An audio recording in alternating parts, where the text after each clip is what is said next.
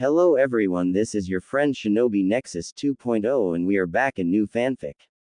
What if Naruto changed the destiny of Tsunade, Mikoto, Konan and Kushina?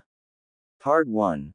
In a dense forest, a red-haired boy, no older than 5, diligently practiced his swordsmanship with a short blade. It was midday, the sun beating down mercilessly. Sweat plastered the boy's clothes to his skin. Man, this heat is brutal, Shin Uzumaki grumbled, but his training continued unabated. A little sunshine wouldn't derail his pursuit of strength. Shin, there you are. What are you doing out here in this inferno? Trying to fry your brains. A small head popped out from behind a large tree. Kushina Uzumaki skipped towards Shin, her red hair a fiery halo in the sunlight. Shin paused his practice and turned, a wry smile on his face as he looked at the adorable girl. Kushina, now's not really the time for a tea party. Kushina puffed out her cheeks, her pout on full display. It was midday, the sun beating down mercilessly. Sweat plastered the boy's clothes to his skin. Man, this heat is brutal, Shin Uzumaki grumbled, but his training continued unabated. A little sunshine wouldn't derail his pursuit of strength. Shin, there you are. What are you doing out here in this inferno?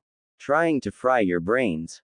A small head popped out from behind a large tree. Kushina Uzumaki skipped towards Shin, her red hair a fiery halo in the sunlight. Shin paused his practice and turned, a wry smile on his face as he looked at the adorable girl. Kushina, now's not really the time for a tea party. Kushina puffed out her cheeks, her pout on full display. Shin, you used to hang out with me all the time. Now you're giving me the cold shoulder. Tears welled up in Kushina's eyes, threatening to cascade down her cheeks. Shin felt a wave of exasperation. Kushina, do you think I'm out here baking in this heat for fun? It's not exactly a picnic. Shin sat down, taking a long pull from his water bottle to rehydrate. Unlike the carefree Kushina, Shin carried a secret burden.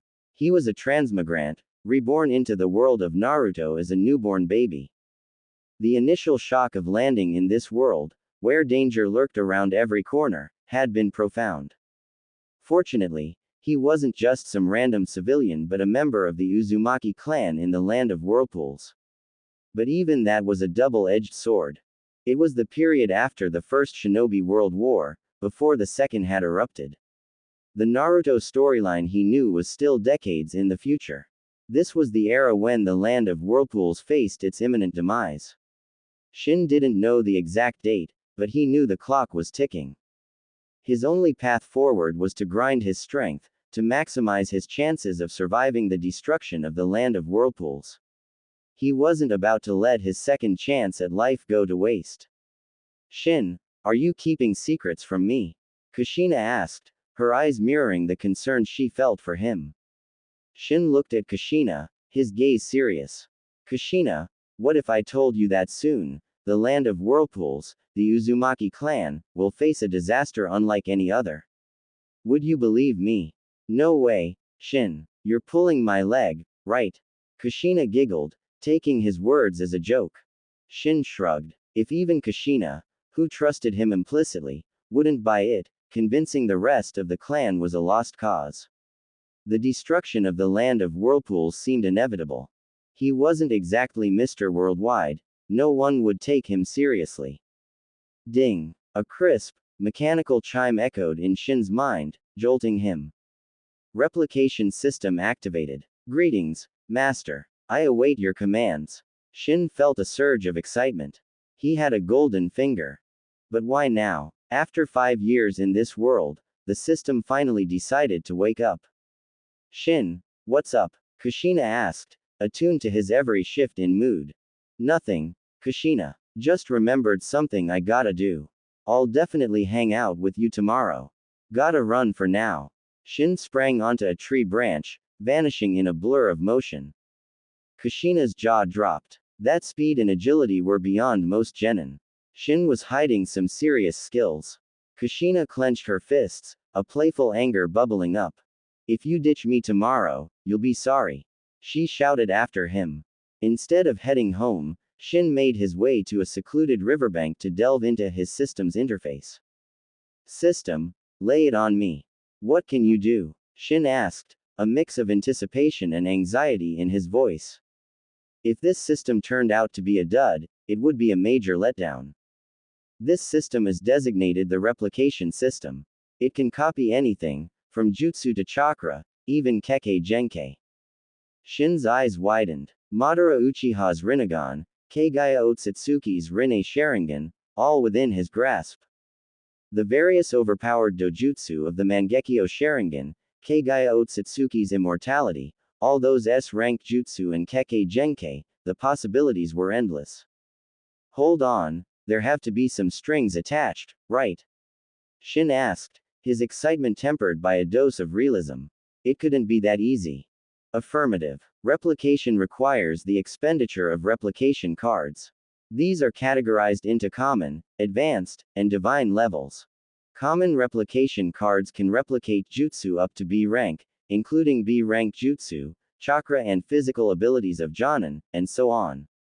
Advanced replication cards can replicate jutsu and secret techniques up to S rank, including S rank, chakra and physical abilities of Kage, and common Kekkei Genkai, such as Scorch Release and Lava Release. Divine replication cards are unrestricted and can replicate any target. Alright, so how do I get my hands on these replication cards? Shin asked, barely able to contain his impatience. There are two primary acquisition methods. First, the system will bestow upon you one replication card annually. The specific category, common, advanced, or divine, is determined by a random variable. The second method involves the completion of missions tailored to your preferences. Upon successful completion, you will be rewarded with replication cards. Missions are optional, and there are no penalties for failure. 1 card per year, not bad at all, Shin mused. His system seemed to be quite the benevolent benefactor. And the missions were optional, with no repercussions for failure. That was a relief. Shin valued his freedom. The last thing he needed was some overbearing system bossing him around. Oh, and system, don't suppose there's a welcome package for new users? Shin asked, a hopeful glint in his eyes. The newbie gift pack was granted to you at the moment of your birth, Master. You should be cognizant of its presence. Shin paused, then ventured a guess. Could it be the Sage Body? The Sage Body was a Kekkei Genkai common to the Uzumaki clan. Every member of the Senju and Uzumaki clans possessed it, but Shin had always felt his was different, more potent. Affirmative. Upon your transmigration into this world, Master, the system bestowed upon you the perfect Sage Body. Shin couldn't contain his elation. A perfect Sage Body, putting him on par with the legendary Hashirama Senju. Hashirama, with his perfect Sage Body, and self-developed wood release, had taken down Madara Uchiha, wielder of the eternal Mangekyo Sharingan, and the full-fledged Nine Tails. Did this mean he could achieve Hashirama's level of power? With the system's assistance, surpassing Hashirama and reaching the realm of the Six Paths might not be just a pipe dream. His future was looking brighter by the minute. Phew, with the system in play, at least I've got a fighting chance in this crazy world. Shin noticed he had 5 replication cards stocked up. He'd been in the Naruto world for 5 years now, and even though the system had been snoozing this whole time, it hadn't skimped on the annual card handouts. Is my luck really this rotten? Shin checked the cards and found they were all common. The yearly card was a random drop. With a bit of luck, he could have scored a divine card. Sadly, fortune didn't seem to be on his side, not even an advanced card in sight. Let's see what's on the mission board. Shin opened the system's mission interface and found a single quest waiting for him. Survival. Survive the destruction of the land of whirlpools. Reward. 1 common replication card. Failure. No penalty. System, are you kidding me? No penalty for failure. If I fail, I'm dead. Shin couldn't help but complain. Could this survival mission even be failed? Failing meant kicking the bucket, didn't it? And the reward is pretty stingy, too. Master, rewards are commensurate with mission difficulty. This particular mission is not classified as high difficulty. Shin couldn't argue with that. For someone who was prepared, this mission wasn't exactly climbing Mount Everest. In the original story, when the land of whirlpools went kaput, a good number of Uzumaki clan members survived, like Karen's mother, for example.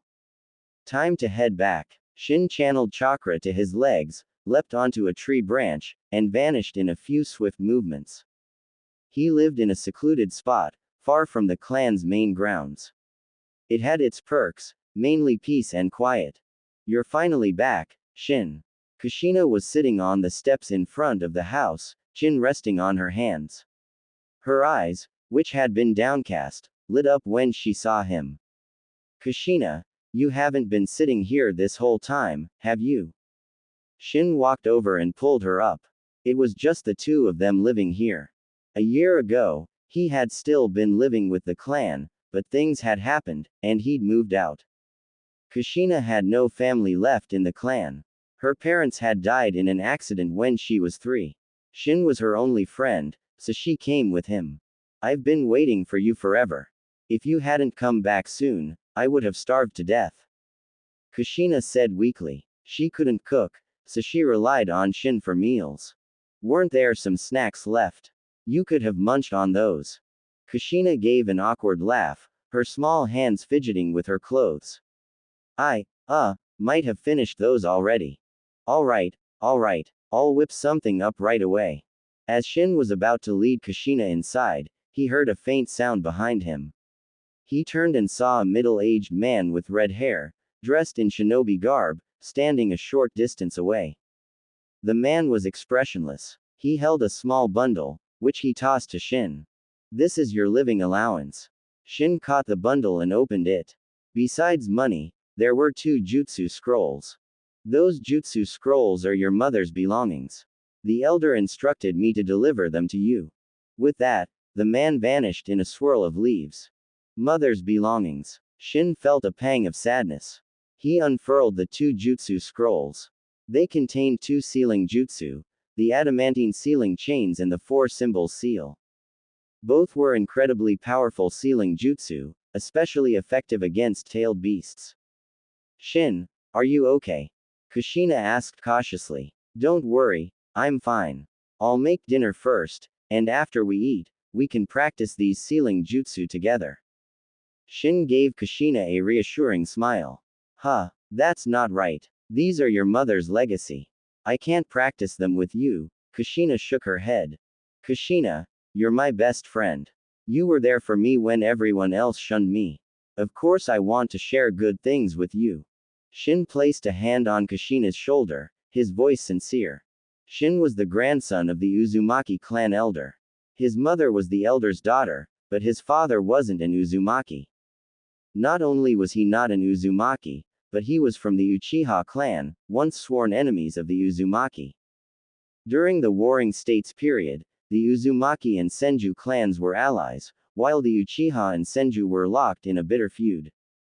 Because of their alliance with the Senju, the Uzumaki had clashed with the Uchiha numerous times.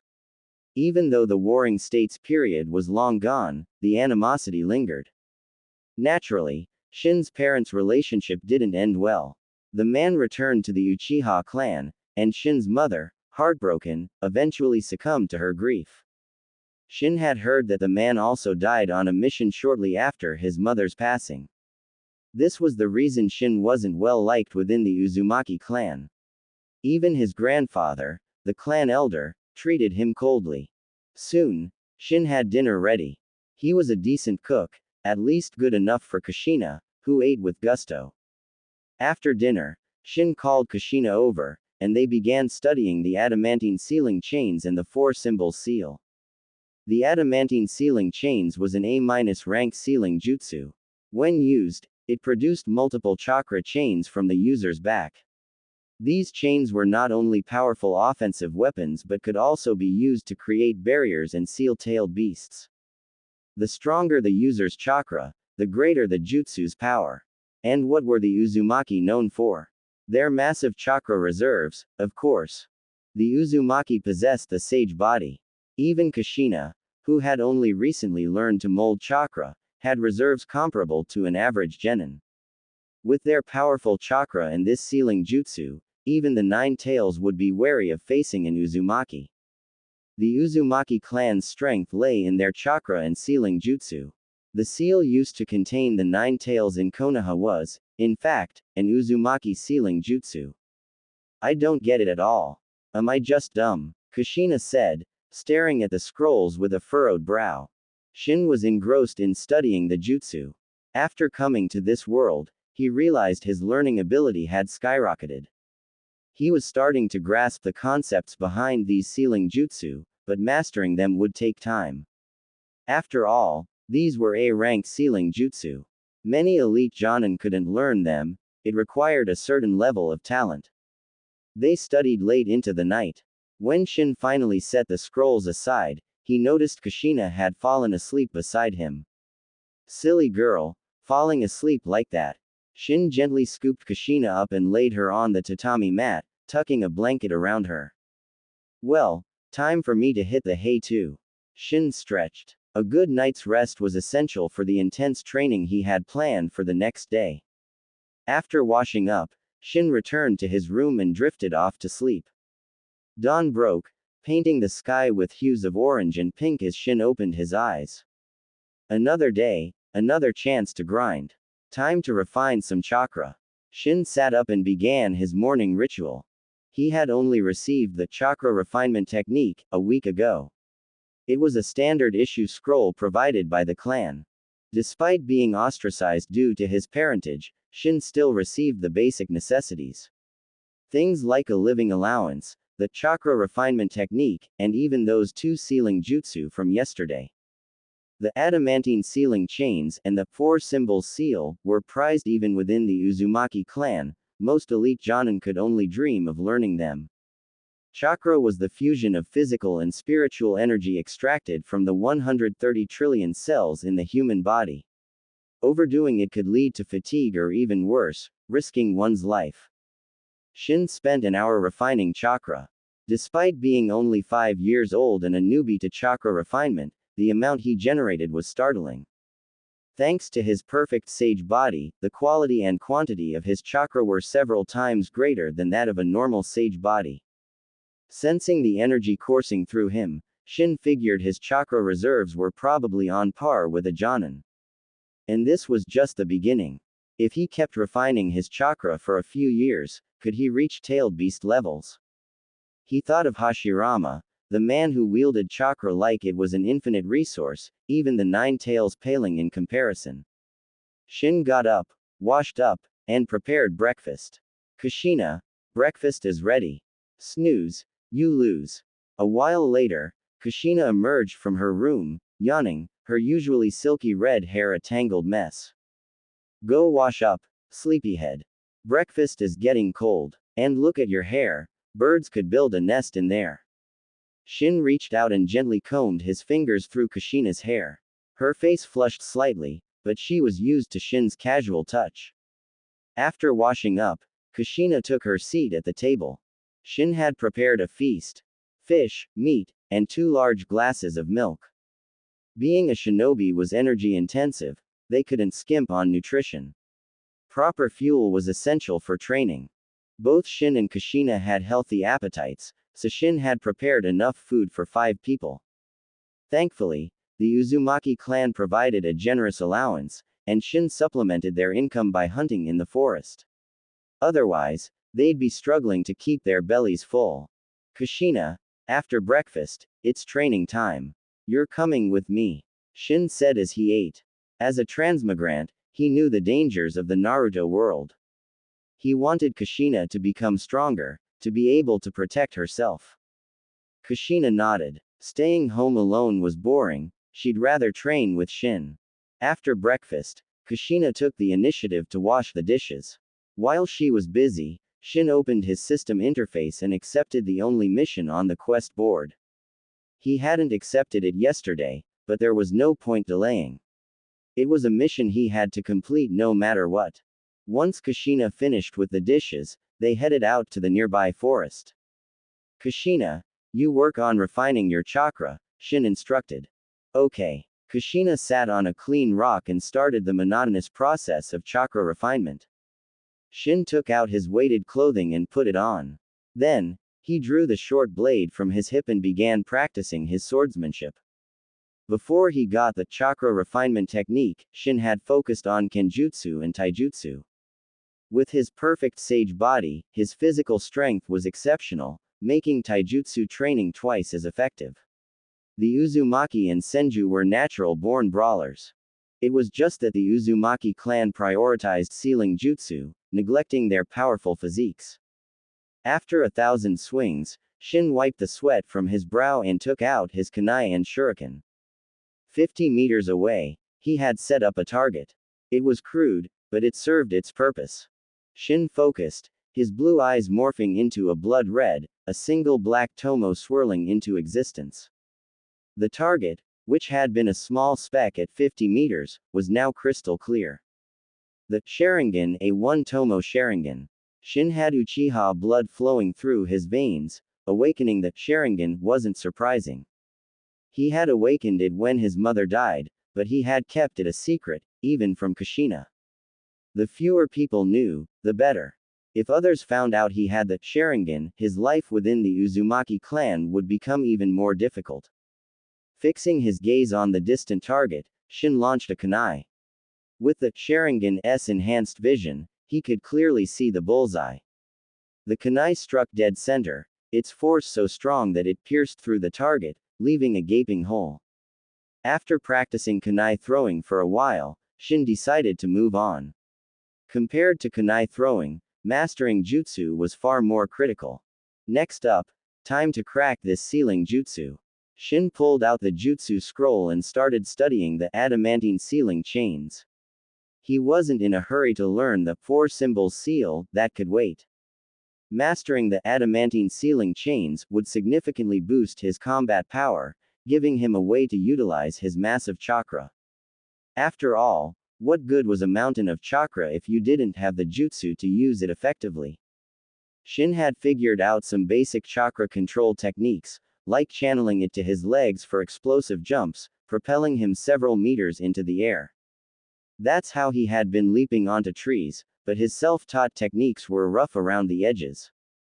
Not only did they guzzle chakra, but they also put a strain on his legs.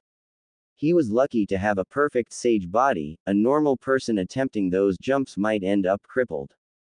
What I need are the fundamentals. Shin tried to use the adamantine sealing chains, but nothing happened. He realized he didn't have the fine motor control needed to manipulate his chakra effectively. Despite his vast reserves, he couldn't achieve the precise control needed to channel chakra for complex jutsu. How could he learn the adamantine sealing chains with such poor chakra control? He needed to master the basics first. Tree climbing and water walking immediately came to mind. He had to start somewhere, and refining his chakra control was paramount. Under Kushina's surprised gaze, Shin began his tree climbing training. He had assumed it would be a piece of cake, but it turned out to be more challenging than he anticipated. Turns out having too much chakra can be a pain. The more chakra he had, the harder it was to control. It seemed there was a trade-off to everything. After countless faceplants, I finally nailed tree climbing. Shin looked like he'd wrestled a mud monster and lost. He'd fallen out of the trees more times than he could count. But it was worth it. He could now scale a tree with the grace of a squirrel, his chakra finally under his command. Shin, how did you do that? Kushina stared at him with wide, awestruck eyes. Hey, wanna learn? Kushina nodded eagerly. Nope, not gonna teach you. That's what you get for laughing at me. Shin crossed his arms. Kushina had found his repeated tumbles from the trees quite amusing. It couldn't be helped. Controlling his massive chakra reserves was no walk in the park, especially without a teacher. He'd had to figure it all out himself, the hard way. He'd mastered tree climbing through sheer stubbornness and a high tolerance for pain. You're so mean, still holding a grudge. Kushina stuck her tongue out at him. By the way, you don't like it when I call you Shin-chan, right? If I learn how to climb trees without using my hands, I'll stop calling you that, deal? It made him sound like a little kid. But Kushina was used to it. Breaking the habit would be tough. Kushina called him Shin-chan, because he was younger than her. Well, only by 3 days, but still younger. She used to make him call her Big Sis, but as a transmigrant, there was no way he was calling someone his own age Big Sis. Fine. Shin nodded and shared all the tricks he'd discovered. With Shin's guidance and insider knowledge, Kushina mastered tree climbing in just half an hour. The girl was a natural. Shin, I learned way faster than you, Kushina said, a smug grin on her face. It had taken Shin over 3 hours, while Kushina had done it in 30 minutes. But that didn't mean he was less talented.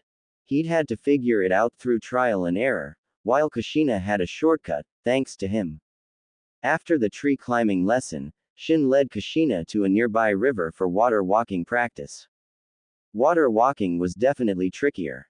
Water offered no resistance. One wrong step, and you were taking a dip. Thankfully, Shin's tree climbing experience gave him a head start. He only fell in twice before he was walking, even running, on water. Kushina, on the other hand, wasn't having as much luck. She'd already fallen in a dozen times, much to Shin's amusement. After splashing around for hours, Kushina finally got the hang of water walking. Kushina, you're officially a prodigy. Mastering both tree climbing and water walking at the age of 5, with such precise chakra control. That was prodigy level stuff. Let's go change first, Kushina said, her clothes dripping. They went back, changed, and finally had lunch. It was already 3 in the afternoon. Kushina had stubbornly refused to eat until she mastered water walking, hence the late lunch. After their meal, Shin decided to skip training and headed towards the clan grounds with Kushina. Shin-chan, why are we going to the clan grounds? Kushina asked, surprised. Didn't we have a deal? Shin lightly flicked Kushina's forehead. It's a habit. I'll get better, I promise. Kushina rubbed her forehead, pouting at Shin. Shin chuckled. Breaking that habit was probably going to be an uphill battle. By the way, Shin, why are we going to the clan grounds? You don't usually like going there. They lived outside the clan grounds and rarely ventured in, except when they needed supplies. This wasn't a supply run. Shin wanted to put his replication card to use. As they entered the Uzumaki clan grounds, the atmosphere became livelier. The Uzumaki clan wasn't small, they had over 200 members. It was a far cry from their glory days during the Warring States period, but they were still a force to be reckoned with in any hidden village. Hey, system, when I use a replication card, can I see the target's abilities? How am I supposed to copy something if I don't know what they can do? That is for you to determine, Master. This system does not possess such functionality. Quote. Fortunately, he had some knowledge of the Uzumaki clan ninjas. He pulled Kushina towards the clan's training grounds. The training grounds were vast. Almost everyone in the clan trained there. Shin ignored the Genin and Chunin, his eyes scanning for Jonin. The Uzumaki clan had its fair share of Jonin. A large clan like theirs couldn't survive without them. But finding a Jonin in this crowded training ground was like finding a needle in a haystack. Even if they came here to train, they'd likely find a secluded spot. Common replication cards could copy the chakra and physical abilities of a Jonin at most, so Shin needed to find one to maximize his gains. Bingo! Shin spotted someone he knew, an Uzumaki Jonin who specialized in taijutsu. System, use a common replication card to copy Uzumaki Hikaru's physique. Physique encompassed strength, speed, stamina, agility, and flexibility. He could copy each attribute individually, but that would be a waste of a precious replication card. In an instant, Shin felt his body swell. His bones hardened, his muscles tightened, all thanks to an unseen force. He felt lighter, more agile. This power is insane. Shin threw a punch, the force generating a sharp gust of wind. He was at least 7 or 8 times stronger than before. With his perfect sage body, Shin was already freakishly strong. Now, with this boost, he felt like he could punch a tree in half. System, does the copied strength stack with my original strength? Shin asked a crucial question. Affirmative. Copied attributes are additive to your existing capabilities. Shin's eyes lit up. If he could keep stacking attributes, why bother learning jutsu? If he could stack his physique to the level of Might Guy using the 8 inner gates, he'd be unstoppable with taijutsu alone. System, can I keep stacking with no limits? Your limitations are defined by the number of replication cards at your disposal, Master. As long as you possess replication cards, you can continue to copy and enhance your physique. Shin, what are you daydreaming about? Kushina nudged Shin, snapping him out of his trance. His conversation with the system had been a mental one, so to Kushina, he just seemed spaced out. Nothing much, Shin replied with a grin he couldn't quite suppress. Liar. You wouldn't be grinning like that if it was nothing. Something good must have happened. Fine, keep your secrets, Kushina huffed, pouting. Shin shook his head, his smile fading. He realized his earlier plan had been a bit too ambitious. Just as the system had said, his progress was limited by replication cards. Even with dozens of common cards, he wouldn't be able to stack his physique to Might Guy's 8 inner gates level. Besides, he'd never wanted to be a one-trick pony, specializing only in taijutsu. Being well-rounded was the key to minimizing weaknesses. Specializing in one area made you an easy target. Uzumaki Shin, is that you? Uzumaki Hikaru, the Jonin whose physique Shin had just copied, looked over. A Jonin's senses were sharp. Hikaru had noticed Shin staring at him. He had no idea that the physique he'd spent over a decade honing, enduring countless hardships to achieve, had been duplicated in an instant. Shin's system was truly broken. It allowed him to gain the fruits of someone else's labor without putting in the work. If Hikaru knew, he'd probably want to strangle Shin. But even without knowing, Hikaru wasn't exactly thrilled to see Shin. They had a history. Or rather, Shin had a history with Hikaru's son. Back when Shin was still living in the clan grounds, he'd had a run-in with the boy. Shin had broken the kid's leg, putting him out of commission for 3 months. Hikaru had been furious, ready to tear Shin apart. But even though Shin wasn't popular, he was still the clan elder's grandson. Hikaru couldn't touch him. Yo, Hikaru. Fancy meeting you here. How's your son doing? Shin asked with a casual smile. He wasn't afraid of the Jonin. Not because of his own strength, though. Honestly, even with Hikaru's physique stacked on top of his own, he was no match for the experienced Jonin in a fight. Shin lacked combat experience. Hikaru, on the other hand, was a seasoned warrior. Even with superior physical abilities, Shin would lose. He thought of Kagaya Otsutsuki, who, despite her immense power, was ultimately sealed due to her lack of battle experience. If Madara Uchiha had obtained Kagaya's power, he would have been truly unstoppable. Shin's confidence stemmed from his identity. No matter how disliked he was still the clan elder's grandson. Would Hikaru dare lay a finger on him? HMPH. Hikaru snorted, reminding himself that Shin was just a child, not worth his time. But even so, he couldn't completely let it go. He glared at Shin before turning and walking away. He couldn't do anything to Shin, so out of sight, out of mind. Shin continued exploring the training grounds. He used another common replication card, this time copying a jutsu, the B-rank Shadow Clone Jutsu. The Shadow Clone Jutsu was created by the second Hokage, Tobirama Senju. But its practicality led to it being stolen by ninjas from other nations. Countless shinobi in the ninja world knew the Shadow Clone Jutsu, including those in the Uzumaki clan. Shin copied it from an elite Chunin. With his perfect sage body and the Shadow Clone Jutsu, his training efficiency would skyrocket.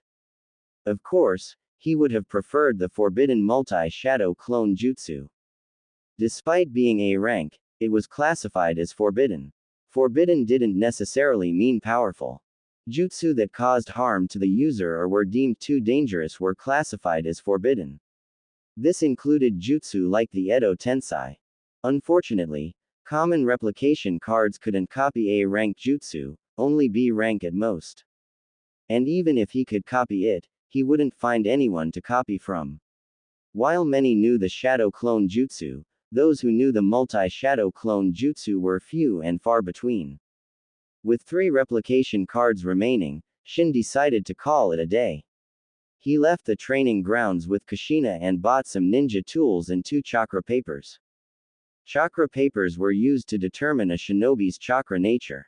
There were 7 chakra natures in total: wind, lightning, water, fire, earth, yin, and yang. The yin and yang natures couldn't be tested with chakra paper. Why did you buy these? They're so expensive, 1,000 ryo each. Kushina looked at the papers with distress. These are chakra papers. They tell you what kind of chakra you have. Here, try it. Kushina curiously took a chakra paper and channeled her chakra into it. The paper reacted immediately. It split down the middle, and the corners became damp. Kushina, your chakra natures are wind and water, Shin explained. Kushina looked confused. She didn't understand these concepts yet. Shin took a chakra paper and infused it with his chakra. The paper split, indicating wind nature. One corner ignited, revealing fire nature. Then, a corner became damp water, another wrinkled lightning, and the last one crumbled earth. Shin possessed 5 chakra natures: wind, lightning, water, fire, and earth. Yin and yang couldn't be detected with the paper, but with his perfect sage body, he definitely had yang. And he also had the Sharingan, a manifestation of yin release, suggesting he likely possessed yin nature as well. This meant he might have all 7 chakra natures. That was definitely something to be excited about. Whoa, 5 transformations. You have 5 chakra natures. Shin smiled faintly, choosing not to mention yin and yang for now. It was getting late. They returned home before dark. Shin put away the ninja tools he'd bought and started preparing dinner. Kushina, what do you want to eat? Hee hee, anything you make is delicious. Shin smiled and decided to make a hearty meal. They'd had a long day of training and needed to replenish their energy. It was especially important at their age to eat nutritious food to support their growth and development. After a satisfying dinner, Kushina, exhausted, washed up and went to bed. Shin, however, continued studying the adamantine sealing chains. Half a month passed in the blink of an eye. Shin had made significant progress, mastering the adamantine sealing chains. Thanks to the shadow clone jutsu, he could create over a dozen clones to study simultaneously. Even without a teacher, he managed to learn the jutsu on his own. Rasengan. Shin focused on the large tree before him, a rapidly spinning sphere of chakra forming in his hand. He thrust his hand forward, smashing the Rasengan into the tree trunk. Boom. Wood splintered and flew as the massive tree, one that would take 2 people to encircle, was pierced straight through, leaving a gaping hole with spiral patterns etched into its edges, a testament to the rotating chakra's power. If that hit a person, it would go right through them, no problem. Shin was more than satisfied with the Rasengan's destructive power. A-rank jutsu were no joke. He had developed the Rasengan himself. Understanding the principles behind it, recreating it wasn't that difficult. This was the culmination of his half-month's training. Not only had he mastered the adamantine sealing chains, but he'd also developed the Rasengan. That tree must have been decades old, and you just punched a hole through it, Kushina said, staring at the poor tree. Hey, Kushina, do you still want to learn the Rasengan or what? Of course I do. Teach me, teach me. Kushina jumped up, grabbing Shin's arm excitedly. Ouch, my shoulders are kinda sore. Shin sat down, looking expectantly at Kushina. Kushina knew what he wanted. With a reluctant sigh, she walked over and started massaging his shoulders. Not bad, but a little more pressure would be perfect, Shin said, leaning back with a satisfied sigh. Kushina gritted her teeth, but for the sake of learning the Rasengan, she endured.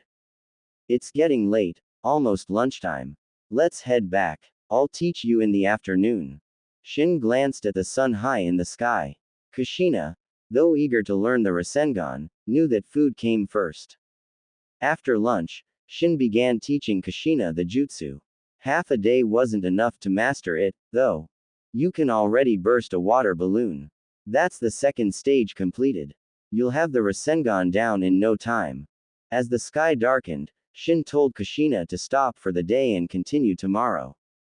The Rasengan had 4 stages. The first was simple, gathering chakra in your palm. The second stage involved stable and continuous chakra release. This was practiced by placing a water balloon in your hand and releasing chakra to make the water inside move erratically until the balloon exploded. The third stage used a rubber ball. The goal was to maintain chakra release, solidifying the chakra until it could burst the ball. At the third stage, the Rasengan could already cause damage, but its power was limited. The final stage combined everything learned previously. High-density chakra was gathered in the hand, released continuously, maintained, and finally completing the jutsu. After dinner, Kushina went to bed. Shin returned to his room. I don't know why, but I have a bad feeling about this. Shin looked out the window. The sky was unusually dark, not a moon or star in sight. Can't sleep. Might as well refine some chakra.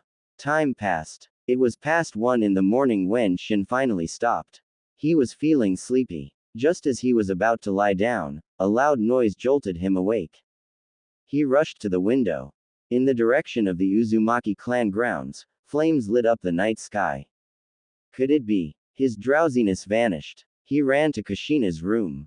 Kushina, wake up. Shin, what's going on? I was sleeping so soundly. Why did you wake me up? Kushina grumbled, her eyes barely open. Wake up. Something's wrong. Shin flicked Kushina's forehead to bring her to her senses. This was no time for jokes. If his hunch was right, the disaster had struck the land of whirlpools. There was nothing he could do to stop it, but he could protect himself and Kushina. What's wrong? Kushina asked, seeing the seriousness in Shin's eyes. Shin pointed towards the window. Kushina followed his gaze and saw the fire raging in the distance. Whoa, the clan grounds are on fire. It's more than just a fire. We're under attack. Listen to that. Those explosions are from explosive tags. Who would dare attack the Uzumaki clan? Now's not the time to discuss that. Come on. Shin urged Kushina to get dressed, pack their essentials, and prepare to leave. Even though they were far from the clan grounds, there was no guarantee of safety. Captain, this is the outer perimeter of the Uzumaki clan grounds, right? Why is there a house here?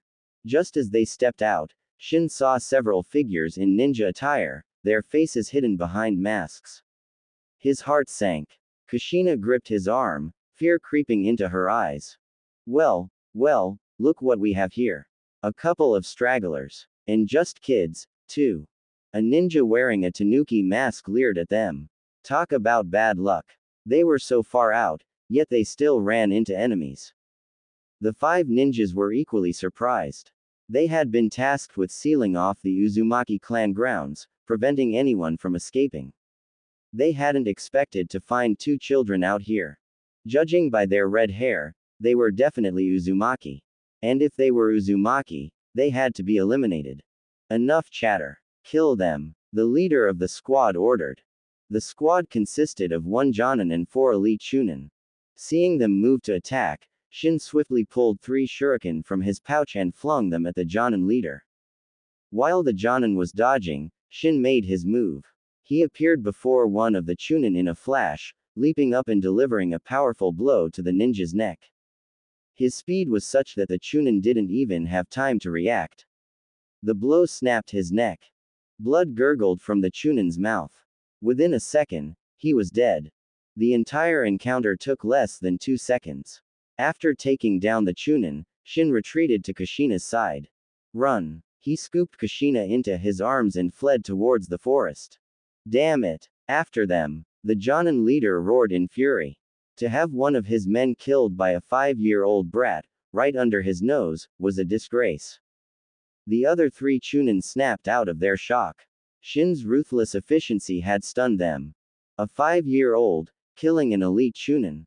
Even in the brutal Warring States period, such a thing was unheard of. Shin, carrying me is slowing you down. Put me down. Kushina, nestled in Shin's arms, spoke up. Hey, Shin, if they catch up, just ditch me and run.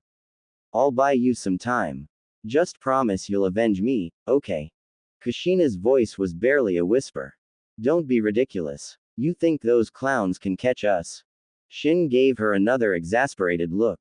We practically live in this forest. We know it way better than they do. Besides, do you have any idea how fast I am? Don't worry. Shin had copied the physique of the taijutsu master, Uzumaki Hikaru. Combined with his already impressive physical abilities, he was more than a match for any taijutsu specialist. He was outpacing his pursuers with ease. If only he knew the body flicker jutsu, he could have vanished from their sight completely. Even now, he was leaving them in the dust. Master, you have triggered a new mission. Eliminate the pursuing squad. Reward: 1 advanced replication card.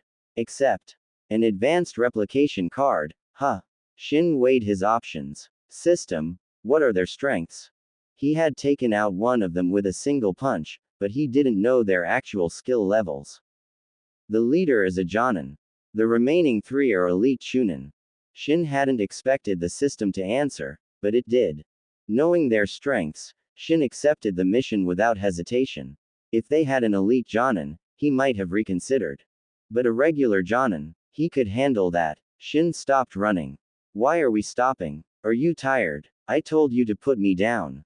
Kushina looked at him, panic rising in her voice. Kushina, we don't need to run anymore. I'm going to take them out. Are you crazy, Shin? They're real ninjas. We don't stand a chance. Kushina, remember when I took out that guy back there? Kushina was speechless. He had indeed killed one, but that was a surprise attack. Kushina, you hide. Watch and learn. I'll show you what I'm truly capable of. Shin punched a nearby tree. With a loud crack, the tree snapped in two. Kushina shook her head. I'm staying with you. Kushina, listen. I need you to hide and wait for an opportunity to ambush them. If I start losing, your surprise attack will give us a chance to escape. Persuaded by Shin's reasoning, Kushina agreed. She found a hiding spot, clutching her kunai and shuriken, ready to strike. Shin glanced back. Ninjas were excellent trackers. They would find him soon, following the trail he'd left. An idea sparked in his mind. He leaned against a large tree, panting dramatically, feigning exhaustion. If he could lure them into a trap, he would. Less than a minute later, the ninjas arrived. With one down, there were 4 left. Finally found the brat. Didn't expect him to be so fast, one of the Chunin remarked. They were exhausted from the chase. Captain, where's the girl? The Jonin leader scanned the area. Kushina had concealed herself well. In the darkness, the Jonin couldn't find her. She must have run off. Let's deal with this kid first. The Jonin drew his sword, approaching Shin slowly. Shin had killed one of his men right in front of him. He would avenge this humiliation personally. Shin watched the Jonin approach, a glint in his eyes. He'd hoped to ambush a Chunin, but having the Jonin come to him was even better. Little brat, out of steam, are you? Time to die. The Jonin grinned cruelly, his expression hidden behind his mask. As the Jonin lunged with his sword, Shin activated his Sharingan and sprang into action. He nimbly dodged the sword thrust and delivered a swift kick to the Jonin's groin. With Shin's speed in the close proximity, even an elite Jonin wouldn't have been able to dodge. The Jonin had been careless. Even though Shin had killed one of his men, he was still just a child. The Jonin had underestimated him. The result was inevitable. With a sickening crack, the Jonin crumpled to the ground, a scream tearing from his throat. A shattered groin would bring even a cage-level ninja to their knees. The Jonin was effectively out of the fight. Shinobi had a high pain tolerance, but this kind of pain was unbearable for any man. You've gotta be the most pathetic Jonin to ever die, Shin remarked. He formed a Rasengan between his hands. He couldn't create it with one hand yet, so he had to use both. He pressed the Rasengan into the incapacitated Jonin's chest, the swirling sphere of chakra tearing through his heart. Took out a Jonin just like that. He was weaker than I thought. Shin blinked. It wasn't that the Jonin was weak. Jonin were the backbone of any hidden village. In smaller villages, they were the peak of fighting power. But this Jonin hadn't even had a chance to use his full strength. He'd been taken out before he could even react. This served as a reminder to Shin. In this dangerous world, he could never let his guard down. Otherwise, he might end up like this Jonin. He thought of Madara Uchiha, betrayed and used as a sacrifice for Kagaya Otsutsuki's revival. Your boss is dead. Care to join him? Shin's eyes hardened as he glared at the remaining 3 Chunin. With the Jonin out of the way, dealing with these 3 would be a piece of cake. The Chunin were still in shock. They couldn't believe their captain had been killed by a 5-year-old.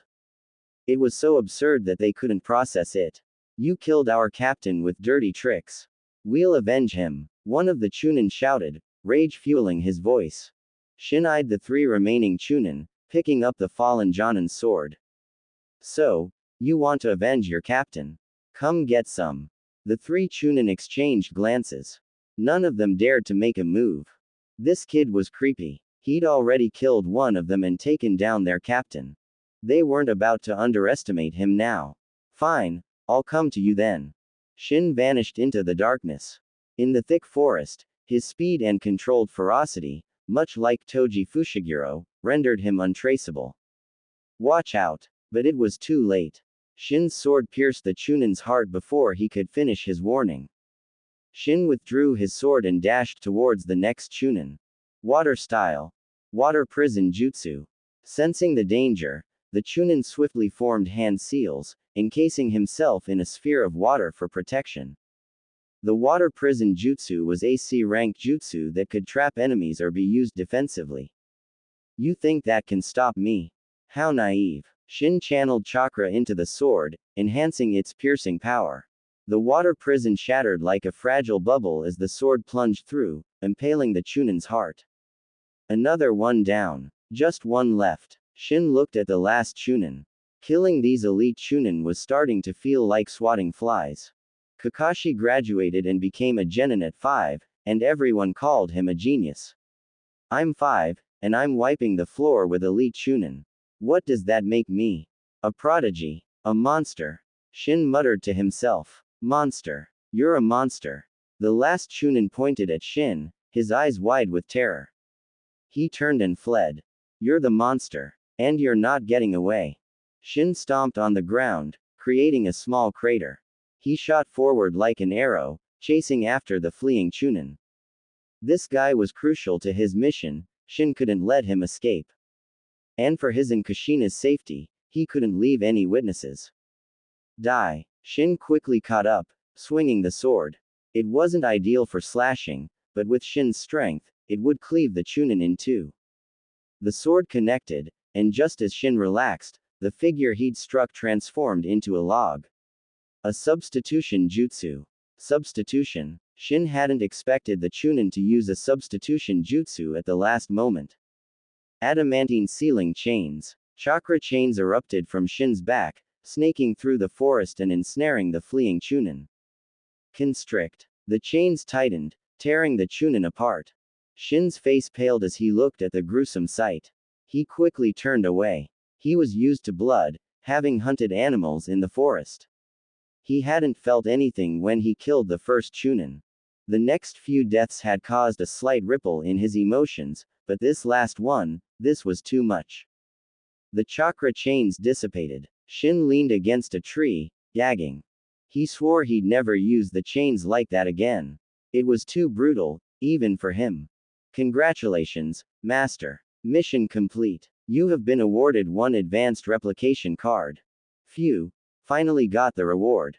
Shin composed himself and called out to Kushina. Come out, Kushina. It's over. Kushina emerged, looking bewildered. It was over. It was too dark, and she didn't have the Sharingan. She hadn't seen anything. She walked over and saw the Jonin's body. Shin, how did you do it? Doesn't matter. Let's see what loot we got. Shin started rummaging through the Jonin's pouch while Kushina stood back, a little scared. Even though the ninjas were dead, she was still frightened. It was a good thing she hadn't seen the Chunin Shin had torn apart with the chains, she might have fainted. Shin found several explosive tags, a valuable commodity. There were also kunai, shuriken, and 2 jutsu scrolls. B-rank water style, water dragon jutsu and water style, hiding in mist jutsu. Shin frowned. These jutsu gave him a clue about the attackers' identities. They were likely from Kurigakure. Looks like Kurigakure is behind this attack on Uzushiogakure. Only the 5 great nations had the strength to attack the Uzumaki clan. Konoha was an ally, they wouldn't be involved. Tsunade and Iwagakure were too far away, attacking Uzushiogakure would be logistically impractical. That left Kumogakure and Kurigakure, both of which could launch attacks from the sea. Kurigakure's involvement was confirmed. He wasn't sure about Kumogakure, though. If there was one village with the most ambition, it was Kumogakure. Their involvement was highly probable. After all, the Uzumaki's sealing jutsu were something Kumogakure would covet. No, not just Kumogakure, every village would want them. Possessing powerful sealing jutsu that others feared and desired, yet lacking the strength to defend themselves, was the reason for Uzushiogakare's downfall. Having something valuable without the power to protect it was a recipe for disaster, no matter the world. I wonder if Konoha had a hand in this. Shin was suspicious of their supposed ally. After all, Konoha had Danzo. To think Danzo wouldn't be interested in the Uzumaki's sealing jutsu was laughable. Shin shook his head, pushing those thoughts aside. He collected the pouches of the other 2 Chunin and left with Kushina. He left the last Chunin's pouch where it was. The sight was too gruesome, he'd lose his appetite if he looked at it.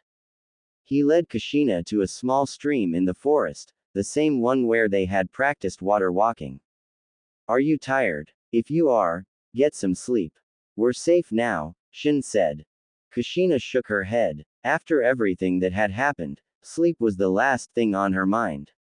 Shin, I'm worried. Kushina's voice was filled with anxiety. She was smart. If they had encountered enemies so far from the clan grounds, she could only imagine the horrors that must have befallen Uzushiogakure.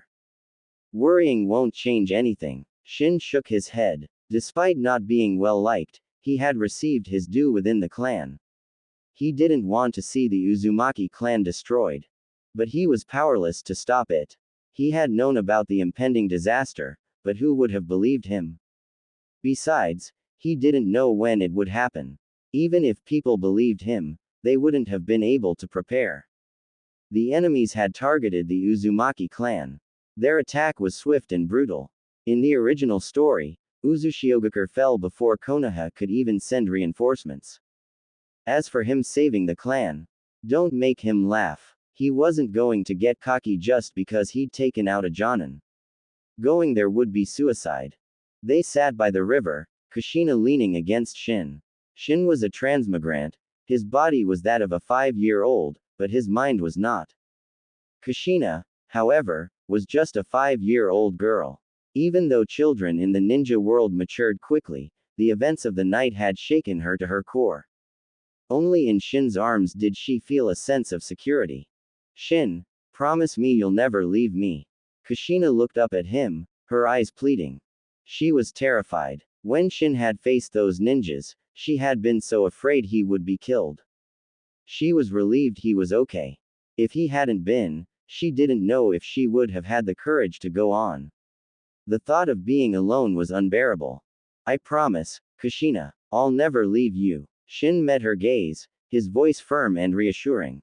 Kushina hugged him tightly, burying her face in his shoulder. Exhaustion finally caught up with her, and she drifted off to sleep. Shin smiled as he watched her sleep. He pulled out his pouch and examined its contents. He had already checked the Jonin's pouch. Besides ninja tools and 2 jutsu scrolls, there were some soldier pills and rations. He opened the pouches of the 2 Chunin. Kunai, shuriken, even senbon. More soldier pills, rations, and a few explosive tags. Explosive tags were valuable, but expensive. Their blast radius was small, but their destructive power was significant. He also found a jutsu scroll containing the chakra refinement technique in the basic Academy 3. The Academy 3 consisted of the substitution jutsu, transformation jutsu, and clone jutsu. They were the most basic E-rank jutsu. But basic didn't mean useless. The transformation and clone jutsu were easy to see through.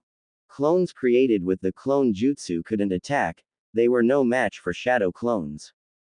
The substitution jutsu, however, had its uses.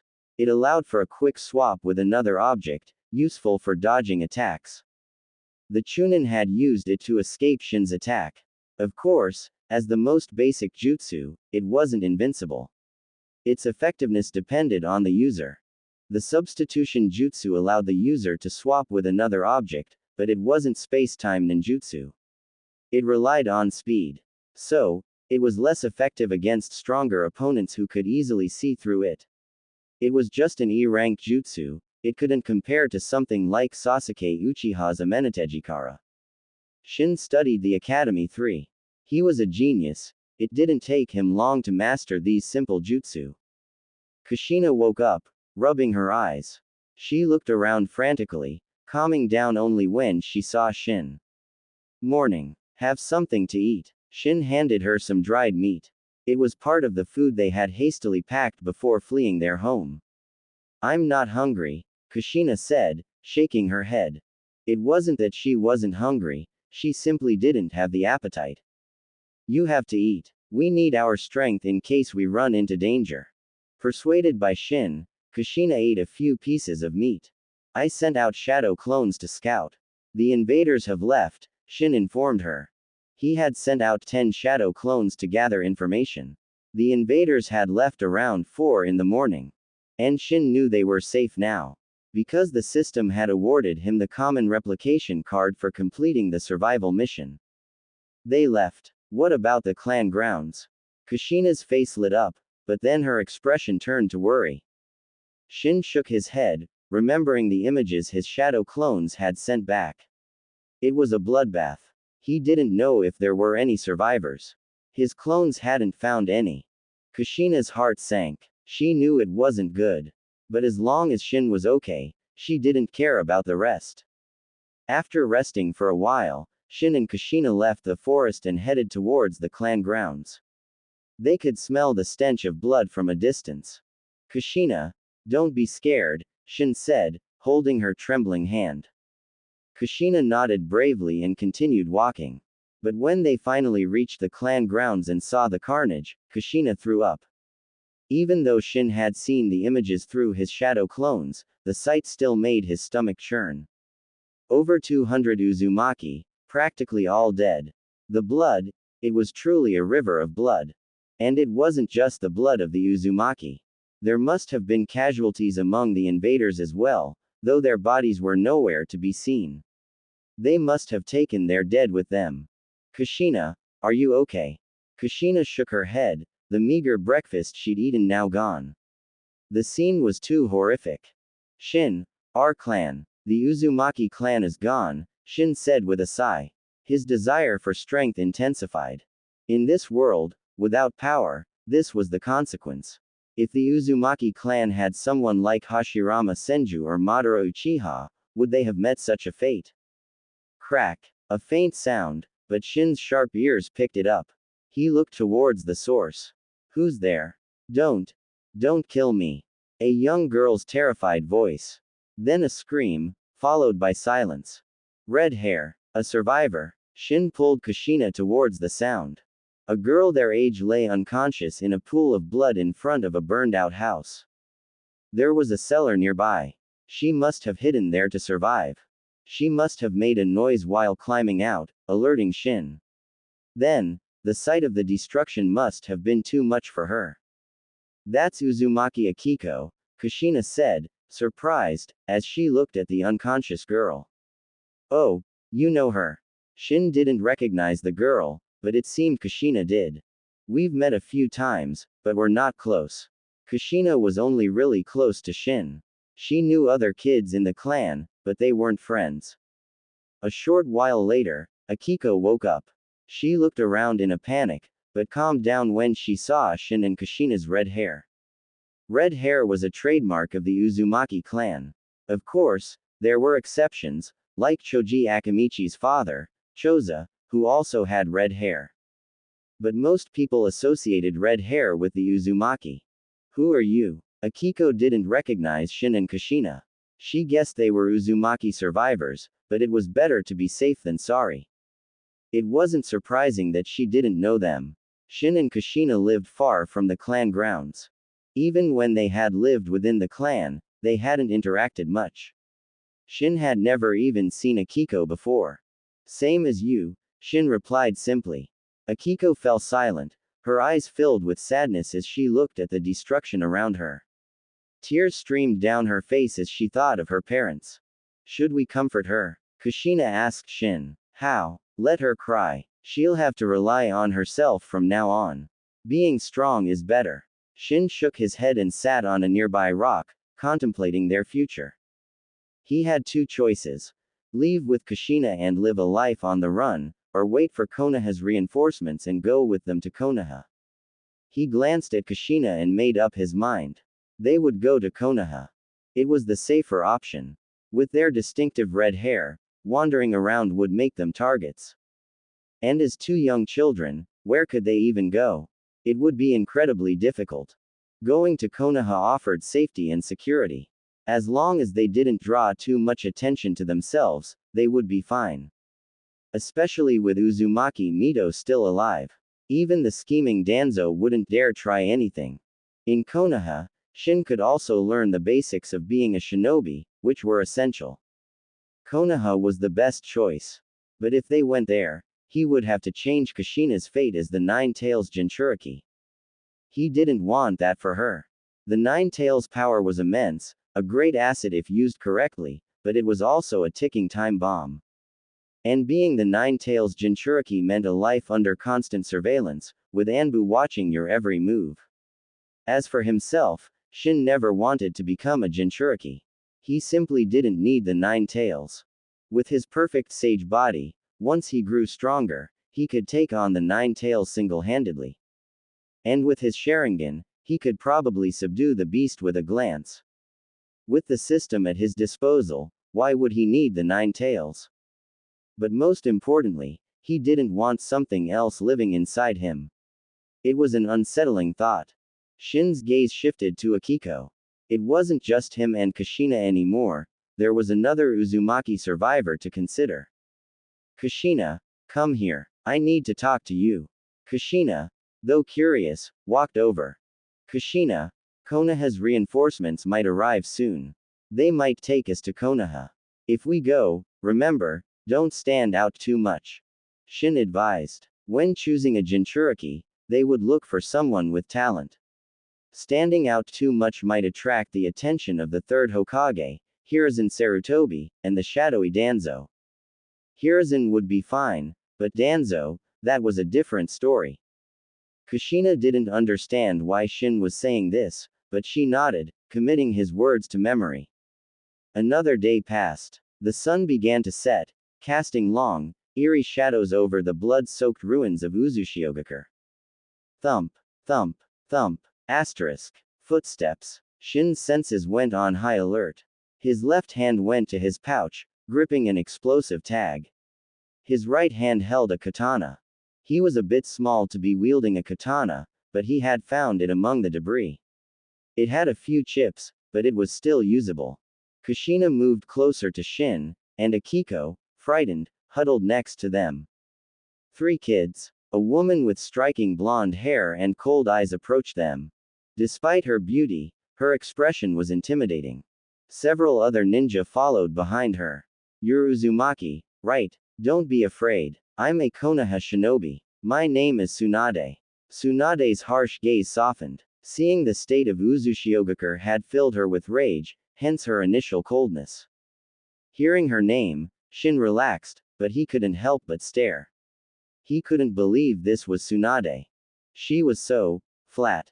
He couldn't fathom how she would transform into the, well, busty woman she would become. Are you all that's left of the Uzumaki clan? Tsunade asked. I don't know. Maybe there are other survivors. Shin was certain there were others, but they had either escaped the land of whirlpools or were in hiding. Let's search the area. See if we can find anyone else. Damn it, if I find out who did this, all. Tsunade's killing intent flared. The Uzumaki were her grandmother's people. They had a long-standing alliance with the Senju clan. During the Warring States period, the Uzumaki had fought alongside the Senju against the Uchiha. Tsunade was furious, but it was useless now. She had rushed to the land of whirlpools as soon as she received the news, but it was too late. The enemy had annihilated the Uzumaki clan in a single night. They must have planned this for a long time. Shin couldn't help but roll his eyes at Tsunade's tough talk. Empty threats were so childish. Unfortunately, Tsunade caught his expression. She glared at him. This little brat was looking down on her. Hey, brat, what was that look for? What look? Shin feigned innocence. Don't play dumb. I saw you. You were totally dissing me. Shin wanted to nod, but he thought better of it. Tsunade was known for her temper. She might just punch him. Nope, not me. You must be mistaken, Shin denied, maintaining his facade of innocence. But she couldn't exactly punish him for that. She wasn't going to beat up a child, no matter how infuriating he was. Suddenly, Tsunade glared at Shin. The little punk was clearly looking down on her, yet he denied it. You've got guts, kid. Recovering from your clan's destruction so quickly. She placed a hand on Shin's head, ruffling his hair with more force than necessary. As she messed up his hair, she realized how soft it was. It was almost addictive. Looking at his cute little face, she couldn't resist pinching his cheek. So soft, so adorable. Kushina, seeing Tsunade manhandling Shin, yelled, "Hey, stop that." Shin wasn't happy either. Tsunade might enjoy pinching his cheek, but he found it extremely annoying. Having his face pinched by a woman. Humiliating. Get your hands off me. I don't like being touched by men, Shin said, scowling. Men. Tsunade froze. Was he blind? Where did he get the idea that she was a man? Kid, you need to get your eyes checked. I'm a woman, not a man, Tsunade said through gritted teeth. Ha, I may be young, but I know the difference between a man and a woman. You don't exactly scream, woman, to me. Shin's eyes drifted towards her chest, his expression a mix of disdain and disbelief. Tsunade's face flushed red. This brat was deliberately mocking her. Princess Tsunade, we found 2 survivors. Tsunade, about to give Shin a piece of her mind, glared at him one last time before turning towards the newcomers. 2 males, one around Shin's age, the other in his 20s. Both Uzumaki survivors. Shin recognized the boy, Uzumaki Kai, long time no see. How's your leg? Shin gave Kai a sly smile, which earned him a glare filled with anger and a hint of fear. Kai was the son of Uzumaki Hikaru, the taijutsu master whose physique Shin had copied. Shin had broken the boy's leg during their previous encounter. He hadn't expected Kai to survive the destruction of the clan. The kid was lucky to be alive. Tsunade's eyes flickered between Shin and Kai. There was definitely bad blood between these two. But she wasn't interested in getting involved in a squabble between kids. She turned to the older Uzumaki. What's your name? I'm Uzumaki Hikaru, a Jonin of the Uzumaki clan. Do you know who attacked the clan? Tsunade asked. I don't know. I was scared, so I hid right away. I don't know what happened after that. Hikaru hung his head in shame, earning a scornful look from Tsunade. This guy was older than her, yet he was a coward. When his clan was in danger, he hid like a rat. Tsunade wasn't even as old as this Hikaru. Despite calling Shin a kid, she was only 16. But in the ninja world, 16 wasn't that young. During the Warring States period, people were already married with children at that age. Tsunade ordered her men to continue searching for survivors while investigating who was behind the attack. Judging by the water damage and the traces of lightning release, she had a pretty good idea. If her suspicions were correct, there wasn't much she could do. Kid, what's your name? Tsunade asked Shin. Shin was getting tired of being called kid. Too bad he couldn't beat Tsunade in a fight. He estimated her strength to be at elite Jonin level, definitely stronger than him. I'm Uzumaki Shin, and don't call me kid. You'll regret it when I'm stronger than you. Regret it? Hey, I'll be waiting for that day, Tsunade said with a smirk. Shin snorted. She might be looking down on him now, but she'd sing a different tune when he surpassed her. Shin, I'm hungry, Kushina tugged at his sleeve. Shin took out some dry rations and jerky. It wasn't much, but it would fill their stomachs for now. 3 days later, the bodies of the Uzumaki clan members were buried, including Shin's grandfather, the clan elder. Seeing his grandfather's body, Shin felt a strange mix of emotions. He hadn't been close to the man, they had barely interacted. But he still felt a pang of sadness. After the burial, they set off for Konoha with Tsunade. Shin carried a katana strapped to his back. It was over 3 feet long, with a simple gold design on the hilt. He had found it in the Uzumaki clan shrine. It was incredibly sharp, able to slice through stone with ease. He hadn't tested it on steel yet, though. They sailed towards the land of fire. Shin stood at the stern, watching the land of whirlpools disappear over the horizon. Kushina stood beside him. They didn't know when they would return. Feeling sad to leave, Shin and Kushina turned to see Tsunade standing behind them. Kushina puffed out her cheeks, glaring at Tsunade. Shin was also keeping his distance from Tsunade.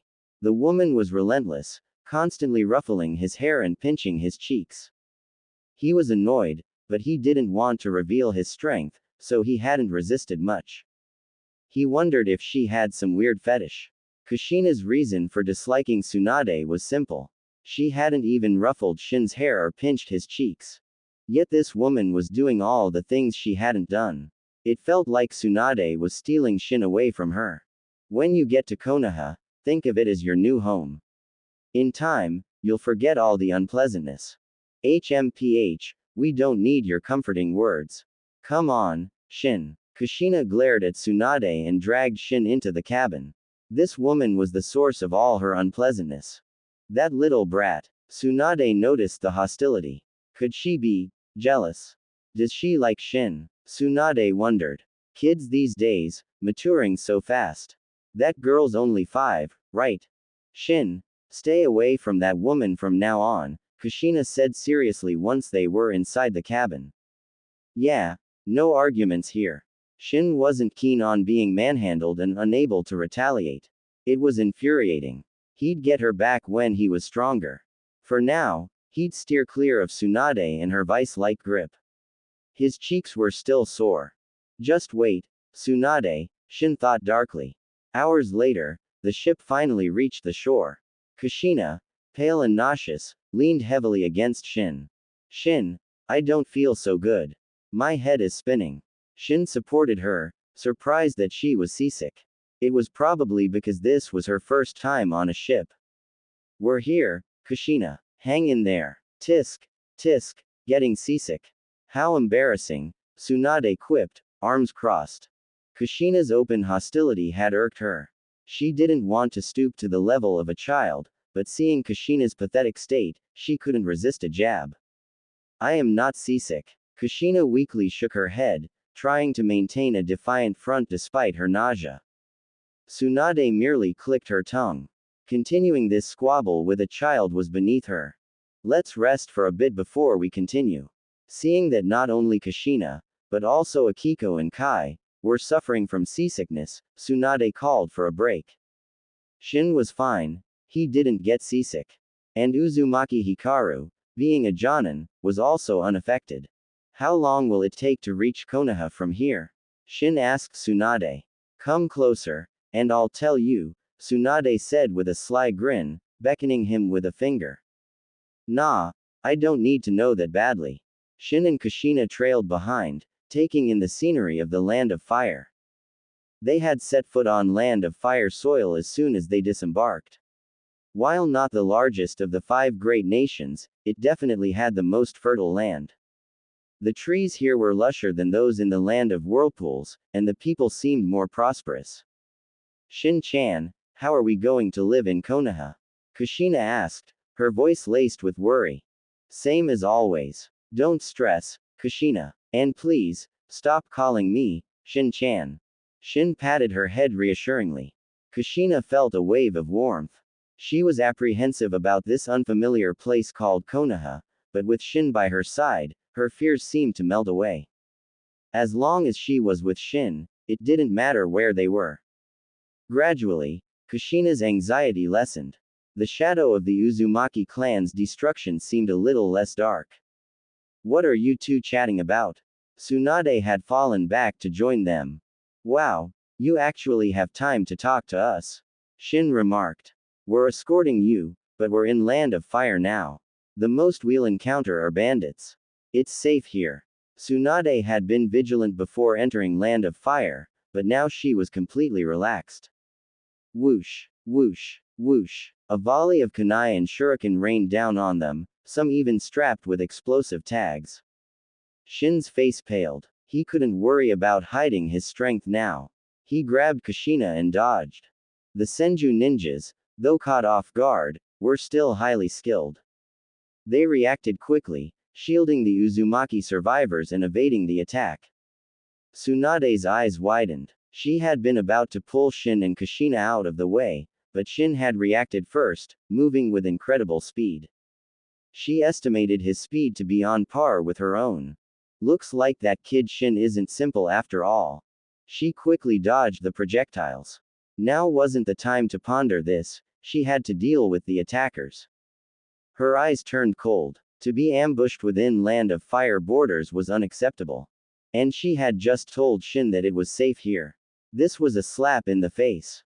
Tsunade felt her cheeks burn with shame. These attackers would pay. Shin and Kushina took cover behind a large tree, Shin's arm protectively around Kushina. His eyes darted around, alert for any movement. If only I could awaken the Uzumaki clan's Mind's Eye of Kagura. The Mind's Eye of Kagura was a sensory technique unique to the Uzumaki clan, one of the most powerful in the ninja world. When activated, it allowed the user to sense chakra fluctuations within a radius of several dozen kilometers. With a known chakra signature, it could pinpoint the target's location, movement, number of people, and even their speed. Its sensory capabilities were comparable to the Byakugan. Unfortunately, very few Uzumaki could awaken this ability. In the original story, only Karen was known to possess it. Shin didn't know if he could awaken it. If he had the Mind's Eye of Kagura, he could easily pinpoint the enemy's location and movements, making it easier to defend against them. Unlike now, where he was forced to rely on his senses and constant vigilance to avoid being caught off guard. Shinobi were masters of assassination. Surprise attacks were their specialty. Kushina, don't be afraid. I'll protect you. I'm not afraid, Kushina said, clenching her fists. She hated being the damsel in distress. I have to train harder. She resolved to become stronger so she wouldn't be a burden to Shin.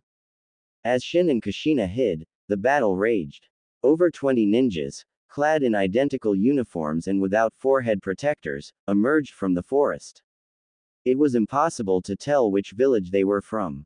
They charged towards the Senju ninjas, weapons drawn. Tsunade channeled chakra throughout her body, activating her monstrous strength. A powerful aura enveloped her. Die. She punched one of the attackers, sending him flying like a ragdoll. He was dead before he hit the ground. That was the power of Tsunade's monstrous strength. Yikes. That's brutal. Shin watched from his hiding spot as Tsunade pulverized another ninja with a single punch, the impact leaving the poor guy looking like he'd been hit by a truck. Shin winced. Twice. This woman's strength is ridiculous. I must not. Wait. What am I even thinking? Shin, what are you muttering about? Kushina nudged him. Nothing. Kushina, don't you think she's a bit violent? Shin eyed the mangled remains of the ninja. He wouldn't want to be on the receiving end of one of those punches. Violent. Nah, she's all right, Kushina said, her eyes practically sparkling with admiration. Shin instinctively took a step back. Did Kushina have violent tendencies? He suddenly remembered that Kushina's temper wasn't exactly angelic. Shin turned his attention back to Tsunade. Her strength was probably at elite Jonin level, but she was displaying power far beyond that. One punching ninjas like they were toddlers. Who sent these guys? Shin observed the attackers. Initially, he thought they were after the Uzumaki survivors. But now it seemed they were targeting the Senju. He noticed that Uzumaki Hikaru was no longer under the protection of the Senju ninjas. If the attackers were after the Uzumaki, they would have gone for Hikaru. A strange thought crossed Shin's mind. Could these ninjas be from Konoha? If over 20 foreign ninjas could infiltrate Land of Fire without Konoha, the most powerful hidden village, noticing something was fishy. Man, maybe going to Konoha isn't such a safe bet after all. Perhaps Konoha had something to do with the destruction of Uzushiogakure. Konoha had only sent Tsunade and 9 other Senju to aid the Uzumaki.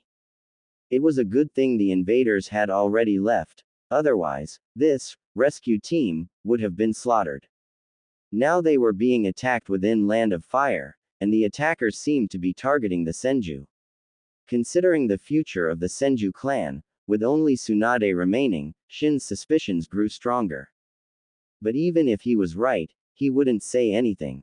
It was just speculation, he had no proof. And even if he did, what good would it do? Loose lips sink ships. Some things were better left unsaid. He didn't know if these were Hiruzen's men or Danzo's. His gut said Danzo. Tsunade was Hiruzen's disciple. Hiruzen wasn't a saint, but he wasn't evil either. He wouldn't attack his own student. But Danzo, that guy was capable of anything. I'll have to watch out for Danzo in Konoha. But as long as I keep a low profile, he shouldn't notice me. But Tsunade had seen him move with incredible speed while dodging the kunai and shuriken. Hopefully, she wouldn't mention it. Damn it. Tsunade noticed one of the attackers cutting down Senju ninjas with ruthless efficiency. She estimated his strength to be at elite Jonin level, perhaps slightly weaker than her, but far stronger than the others. He had already killed 3 Senju Jonin. Tsunade's eyes blazed with fury. She tried to reach him, but she was blocked by Chunin, who fought with suicidal desperation. Get out of my way, you little ants. Tsunade slammed her foot into the ground, creating a spiderweb of cracks. The earth shook, throwing the Chunin off balance. Some of them even stumbled and fell into the fissures, unable to move. Tsunade ignored them and charged towards the elite Jonin. The Jonin retreated, shooting Tsunade a cold look. Retreat, he yelled. The attackers vanished into the forest without hesitation. Tsunade glared at their retreating figures, frustrated. They had managed to capture one alive, but he had committed suicide before they could interrogate him. Shin and Kushina emerged from their hiding spot. Shin looked at Tsunade, her eyes red with rage, and shook his head. This was a tragedy. 3 Senju Jonin were dead. Only 6 remained, and they were all wounded. Jonin were valuable assets to any hidden village, even more so to a clan. The Senju clan was a shadow of its former glory. Besides Tsunade, they only had 9 Jonin, and now 3 were gone. Collect their bodies. Let's go, Tsunade said grimly. They continued towards Konoha, the mood somber. 2 days later, they finally reached Konoha, the most powerful hidden village in the ninja world. The rest of the journey was uneventful. You all head back and see to their burial. I'll take these children to see the Hokage, Tsunade instructed the remaining Senju. They nodded and headed towards the Senju clan compound. Tsunade led Shin, Kushina, Akiko, Kai, and Hikaru, the 5 Uzumaki survivors, to the Hokage's office. Upon reaching the office, Tsunade punched the door to splinters. Hiruzen Sarutobi looked up, his eyebrow twitching as he saw Tsunade. Ah, Tsunade, you're back. How did it go with the Uzumaki clan? He didn't even bother mentioning the door. This wasn't the first time she'd done this. The Uzumaki clan is gone. These are the survivors, Tsunade said, her voice heavy with grief. What? Gone? How? Hiruzen shot to his feet. I was too late. The clan was already destroyed when I arrived. Tsunade clenched her fists. If only they had received the news sooner, perhaps this tragedy could have been averted. I see. Hiruzen sat back down, his gaze sweeping over Shin and the other children, assessing them. Shin squirmed under his scrutiny. Hiruzen's eyes were sharp. This was Hiruzen in his prime, not the old man he would become. His gaze seemed to pierce through you, seeing all your secrets. Shin didn't like it one bit. Hiruzen observed the children for a moment, then his face took on a mournful expression. It grieves me to hear of the tragedy that befell the Uzumaki clan. Rest assured, Konoha and the Uzumaki are steadfast allies. We will find the perpetrators and bring them to justice. For now, make yourselves at home in Konoha. You are safe here, no one will harm you. Hiruzen's words seemed to ease the tension. Hikaru and Kai visibly relaxed. Lord Hokage, please, you must find those who did this. Kai cried. Akiko also wept, tears flowing freely as she remembered her loved ones. We will avenge the Uzumaki clan. They are our allies, and anyone who harms them is an enemy of Konoha, Hiruzen declared solemnly. Hiruzen was a skilled leader. His words calmed even Kushina, who had been on edge. Shin could tell because Kushina's grip on his hand loosened. When they first arrived in Konoha, Kushina had been clinging to him, her small hand tightly gripping his. Coming to this unfamiliar place, it was impossible for a 5-year-old not to be nervous. Tsunade, how about we have them stay at the Senju compound? Hiruzen turned to Tsunade. That's fine, but there's something you need to explain to me first. Bam! Tsunade slammed her fist on Hiruzen's desk, the solid wood splitting under the force. Sandame, we were attacked by unknown assailants within Land of Fire borders. What's going on?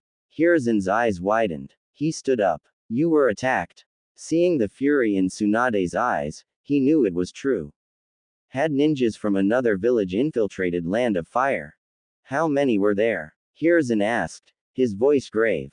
25. At least 10 Jonin, and one of them was an elite. Hiruzen's expression darkened. That was a significant force. If they were indeed foreign ninjas, this could be a serious threat. Tsunade, this is my oversight. I failed to detect such a large force within our borders. I will have the Anbu investigate this thoroughly. He knew that Tsunade's anger meant there had been casualties. Let me know when you have more information. Tsunade left the Hokage's office with the children. Just as they stepped out, they saw a man with a grim aura approaching. Tsunade frowned. It was Danzo. He held a high position in Konoha, but Tsunade loathed him. He was a man who operated in the shadows, his methods ruthless and underhanded. Tsunade, welcome back. Are these the Uzumaki survivors? Danzo's eyes flickered as he looked at the children. He still had both his eyes and his arm, he hadn't undergone his future modifications yet. Tsunade scoffed and walked away without a word, the children following behind. As they left, Shin glanced at Danzo. He recognized him instantly, the scar on his chin was a dead giveaway. Danzo scowled. Tsunade had just disrespected him, just like the rest of the Senju clan. He entered the Hokage's office, noting the shattered door with a frown. He turned to Hiruzen. Danzo, what brings you here? Hiruzen asked, his brow furrowed. I have something to discuss with you. As do I. Hiruzen walked to the window, watching Tsunade lead the Uzumaki survivors away. He waved a hand. The Anbu guards hidden in the shadows vanished. Only Hiruzen and Danzo remained in the office. Danzo, Tsunade said she was attacked on her way back. I want to know if you had anything to do with it. Hiruzen's gaze was sharp and accusatory. HMPH, are you implying that I attacked your student? Danzo snorted, his eyes narrowing. I had nothing to do with it. Danzo stormed out, abandoning whatever he had wanted to discuss. It was you, wasn't it? Danzo. Hiruzen sat down heavily. He knew Danzo better than anyone. Even though Danzo hadn't betrayed himself, Hiruzen could see through his lies. Punish Danzo. He had no concrete evidence. And even if he did, he would protect Danzo. He would have to find a way to appease Tsunade. This is the Senju clan compound. You'll be staying here. Most of the houses are empty, choose whichever you like. Tsunade led the children into the compound. It's so big. Even bigger than the Uzumaki clan grounds, Akiko exclaimed. Shin looked around. It was eerily empty. It seemed the once great Senju clan was a shadow of its former self. Kushina, which one do you want? Shin asked. Shin, and you, little girl, come with me, Tsunade said. Shin looked at her questioningly. Kid, you weren't exactly subtle back there. I saw what you did, Tsunade said with a knowing smirk before turning and walking away. Shin's face stiffened. He hesitated for a moment, then took Kushina's hand and followed Tsunade. Kai watched them leave, jealousy burning in his eyes. Why is Lady Tsunade treating him differently? He muttered resentfully. Akiko didn't think too much about it. Having a place to stay was good enough for her. She chose an empty house and started cleaning. Why are we following her? Kushina grumbled. Shin shrugged. Tsunade had seen a glimpse of his true strength. He just hoped she wouldn't tell anyone. If she did, life in Konoha would become complicated. They followed Tsunade to a small courtyard. There are a few empty rooms over there. You can stay here, Tsunade said. Thank you, Lady Tsunade. Shin looked around the courtyard. It was much nicer than the other houses they had seen. Does anyone live here? He asked. Yes, I do. It gets lonely living alone, so I thought I'd have you, my interesting little friend, stay here. Tsunade looked at Shin with amusement. She was intrigued by this unusual child. And you too, little girl. You're welcome, Tsunade said to Kushina. I won't thank you. Kushina snapped, clearly annoyed at being treated as an afterthought. In the living room, Shin and Kushina sat facing Tsunade. They had finished tidying up their rooms, and now Shin felt it was time to have a chat with Tsunade. She knew he was hiding his strength. While she didn't know the extent of it, she knew he wasn't just an ordinary child. If she told the Sandame, knowing his personality, he would definitely have Anbu keep an eye on Shin. Shin didn't want to be monitored. It would expose his secrets and complicate things. Lady Tsunade, there's something I need to talk to you about. Oh, go ahead. Tsunade took a sip from her cup, her eyes twinkling with amusement. She wasn't stupid. She had a good idea what Shin wanted to talk about. Lady Tsunade, you're aware that I'm not exactly normal, strength-wise. Shin didn't beat around the bush. There was no point, it was already out in the open. Indeed, the speed you displayed when we were attacked was quite surprising. Tsunade's gaze was intense. She had been genuinely shocked.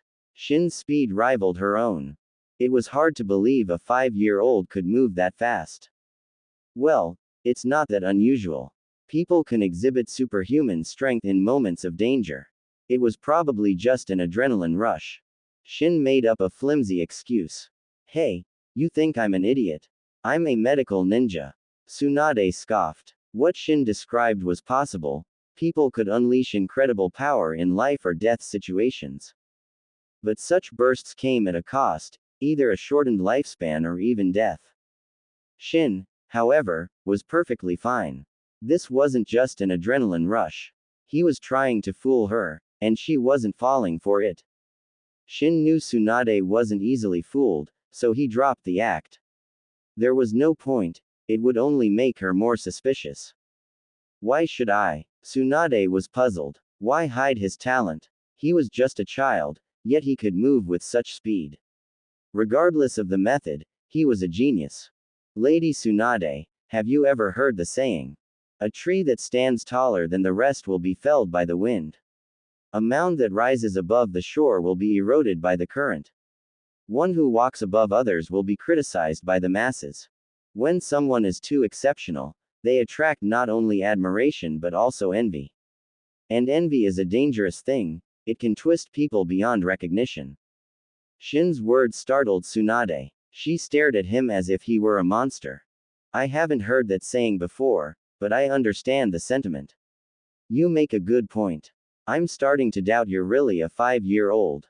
Tsunade eyed him skeptically. If these words had come from someone much older, she wouldn't have been surprised. But Shin was only 5. Shin coughed awkwardly. He might have overdone it with the profound act. Don't ask me how I know these things.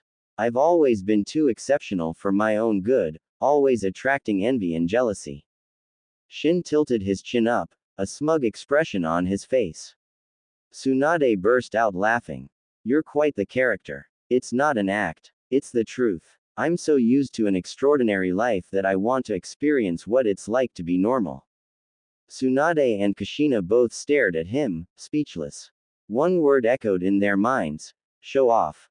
Shin smirked inwardly. He had successfully diverted her attention from his strength. Fine, I'll keep your secret. But you have to agree to a few conditions, Tsunade said. A few? Are you sure it's not just one? Shin smiled, but inwardly, he was groaning. Yes, a few, not one, Tsunade said triumphantly. Let's see how you weasel your way out of this, kid. As long as they're not unreasonable, I suppose I can agree, Shin said cautiously. Kushina's expression changed. She glared at Tsunade. Don't you dare ask for anything outrageous. Don't worry, I won't make things difficult for you, Tsunade said, completely ignoring Kushina. Kushina slammed her hand on the table, fuming. This woman was deliberately ignoring her. First, from now on, when I ruffle your hair or pinch your cheeks, you're not allowed to resist or dodge. Shin's face fell. Kushina's expression mirrored his. Old hag, you just want to take advantage of Shin. Kushina jumped onto her chair, glaring at Tsunade. What did you just call me? Tsunade was furious. She was only 16, and this little girl was calling her an old hag. You heard me, cougar. Kushina was fearless when it came to Shin. Little girl, if you weren't so young, I'd teach you some manners.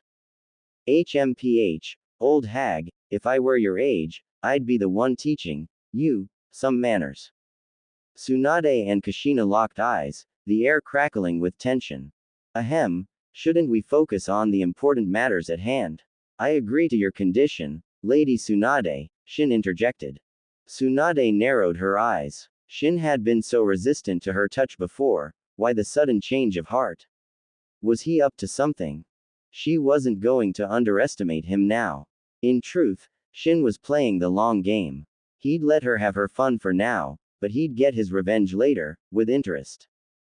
He'd make her regret taking advantage of him. Shin, you agreed. Kushina looked at him, betrayed, then turned away, refusing to acknowledge him. Seeing Kushina's anger, Tsunade felt a strange sense of satisfaction. Then she mentally slapped herself. Why was she competing with a 5-year-old? Now, on to my other conditions, Tsunade announced. She watched Shin closely, trying to gauge his reaction. But to her disappointment, his expression remained unchanged. He even gestured for her to continue. Tsunade's suspicion grew. Something was off. She had no idea that Shin was planning to settle the score in the future, with interest. Weren't you going to tell me your other conditions? Cat got your tongue. Shin looked at Tsunade expectantly. I haven't quite decided yet. I'll let you know later. Tsunade looked at Shin, her mind still searching for suitable conditions. You might not get another chance. Shin's words held a hidden meaning. He was confident that his strength would soon surpass Tsunade's.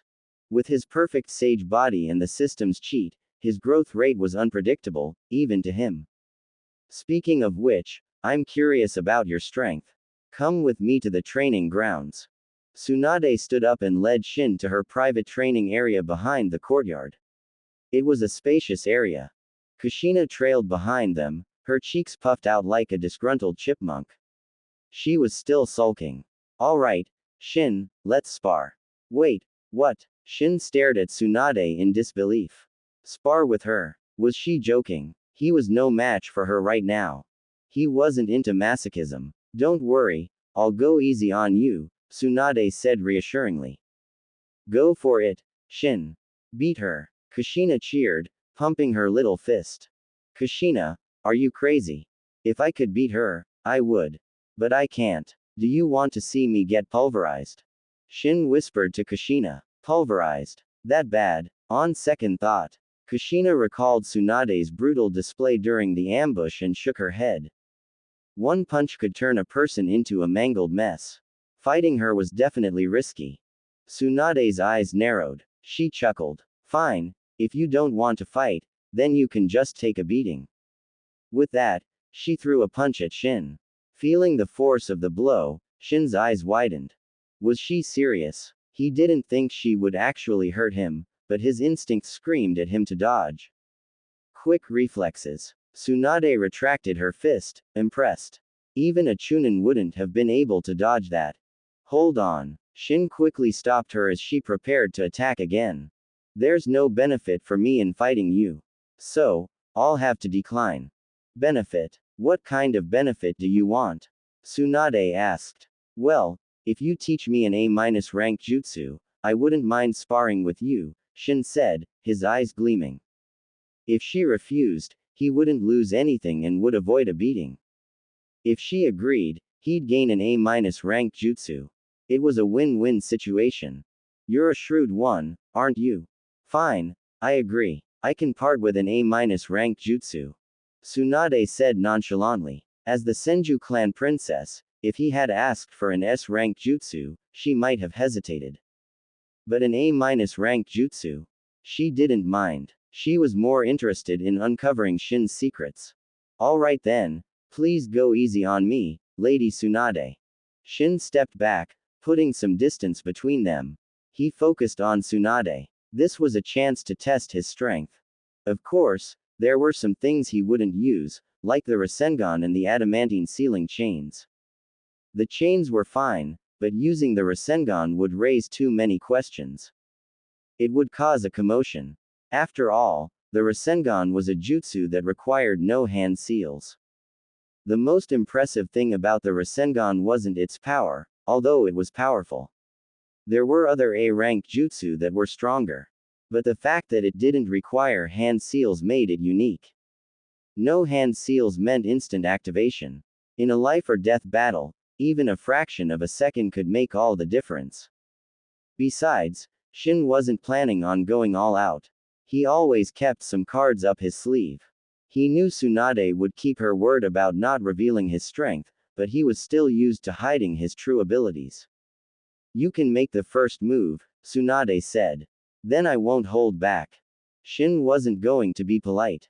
He was clearly at a disadvantage. Holding back half his strength, Shin charged towards Tsunade. When he was 3 meters away, he leapt into the air, aiming a punch at her face. You can do it, Shin. Kushina cheered nervously. You little brat. Tsunade scowled. Attacking someone's face was a low blow, especially a woman's.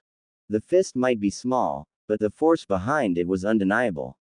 Tsunade dodged. She wasn't going to take that punch to the face. Don't jump so carelessly, kid. You have no leverage in the air. Let me show you how it's done. After dodging Shin's attack, Tsunade retaliated with lightning speed, aiming for his stomach. Bam! Wood splintered. Her fist connected, not with Shin's body, but with a log. He had used the substitution jutsu. Tsunade's eyes narrowed. She spun around and threw another punch. Their fists collided. Shin was sent flying backward. Just before he crashed to the ground, he twisted in midair, landing gracefully on his feet. Tsunade shook her arm, the ground beneath her cracking slightly. What a strength! Her arm was numb. She hadn't used her monstrous strength, but even her normal punches packed a wallop. What kind of monster was this kid? How could he be so strong at such a young age? Hey, are you alright? Tsunade asked, concerned. After using the substitution jutsu, Shin had appeared behind her, launching a surprise attack. Her counterattack had been a bit hasty, she hadn't controlled her strength. Ouch. That hurts. I think my arm is broken. I can't continue. Shin cried out dramatically, his expression exaggerated. Shin, are you hurt?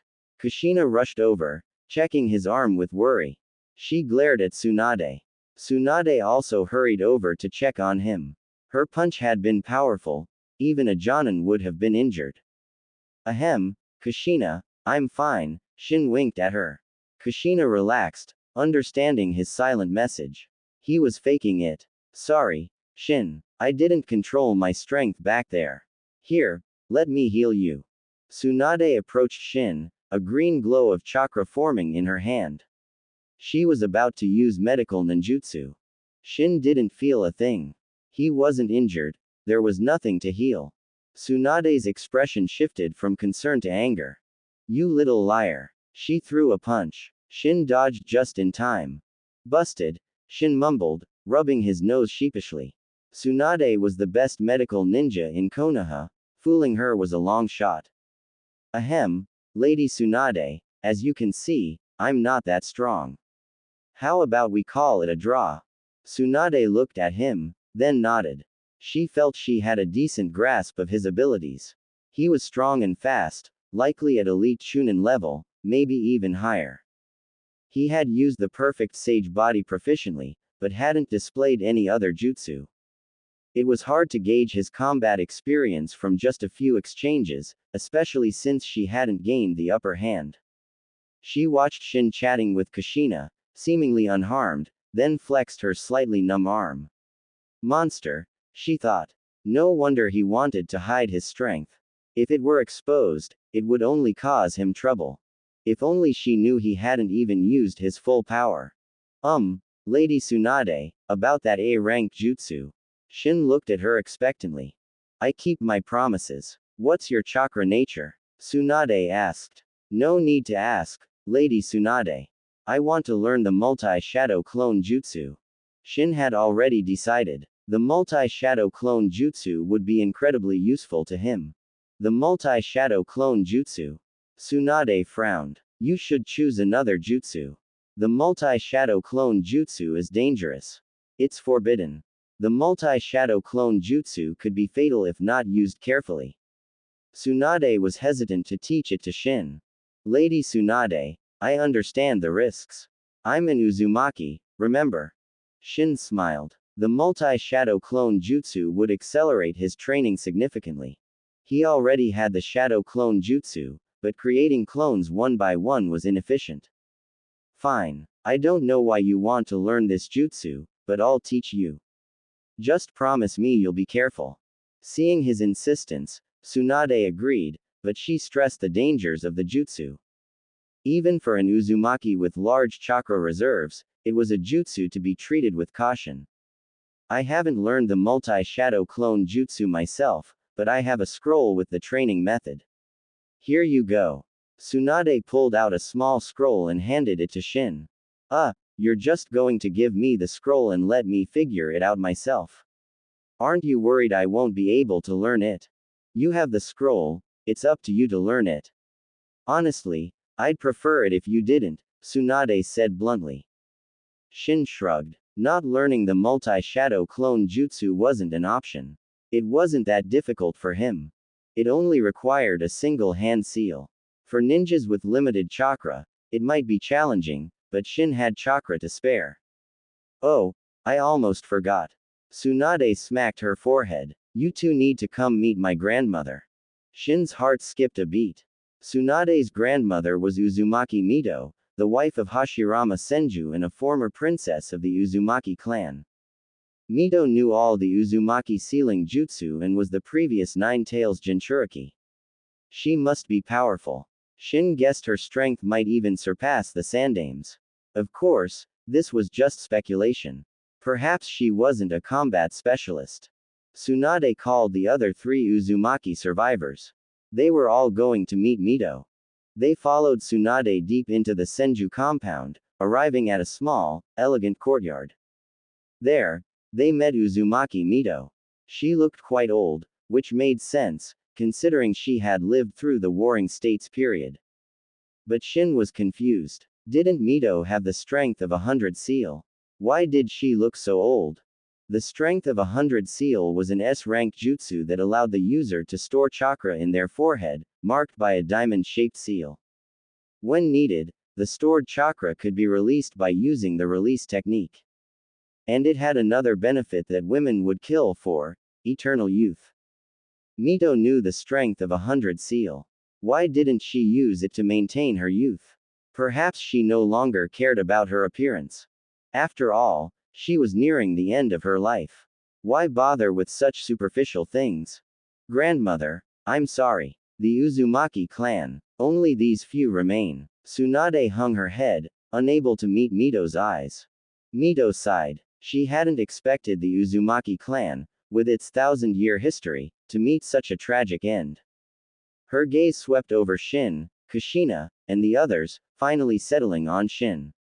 Shin felt a strange sensation as Mito's eyes locked onto him. It was as if she could see right through him, even more so than the Sandame. Mito gave Shin a kind smile. What's your name, young man? Uzumaki Shin. Shin met her gaze. He could sense no hostility from her. Shin, I can sense an extraordinary power within you. I hope you use it wisely, Mito said, her voice solemn. Extraordinary power. Tsunade looked at Shin, surprised. Shin's heart pounded. Was she referring to his perfect sage body? Had she seen through him? Then he remembered Hashirama Senju, who also possessed a perfect sage body. And Mito was his wife. It wasn't that strange for her to be able to sense something like that. In truth, Mito didn't know about the perfect sage body. She simply sensed a life force within Shin that was similar to Hashirama's, vast and vibrant. After a short visit, they left as Uzumaki Mito retired to rest. Hey, my grandma said you have some extraordinary power. What is it? You seem to have a lot of secrets. Tsunade fixed Shin with a curious stare. How should I know? Shin shrugged, feigning ignorance. He couldn't reveal his perfect sage body. Besides, even if he did, no one would understand what it meant. Yamato's wood release, for example, was only slightly stronger than regular jutsu. It was even dubbed pseudo wood release. Speaking of the Senju clan, they must have some wood release jutsu scrolls left behind by Hashirama. Shin was eager to see them. He didn't have the wood release Kekkei Genkei yet, but he was confident that with enough research, he could develop it. Not the watered-down version Yamato had, but the real deal, like Hashirama's. Shin, what are you thinking about?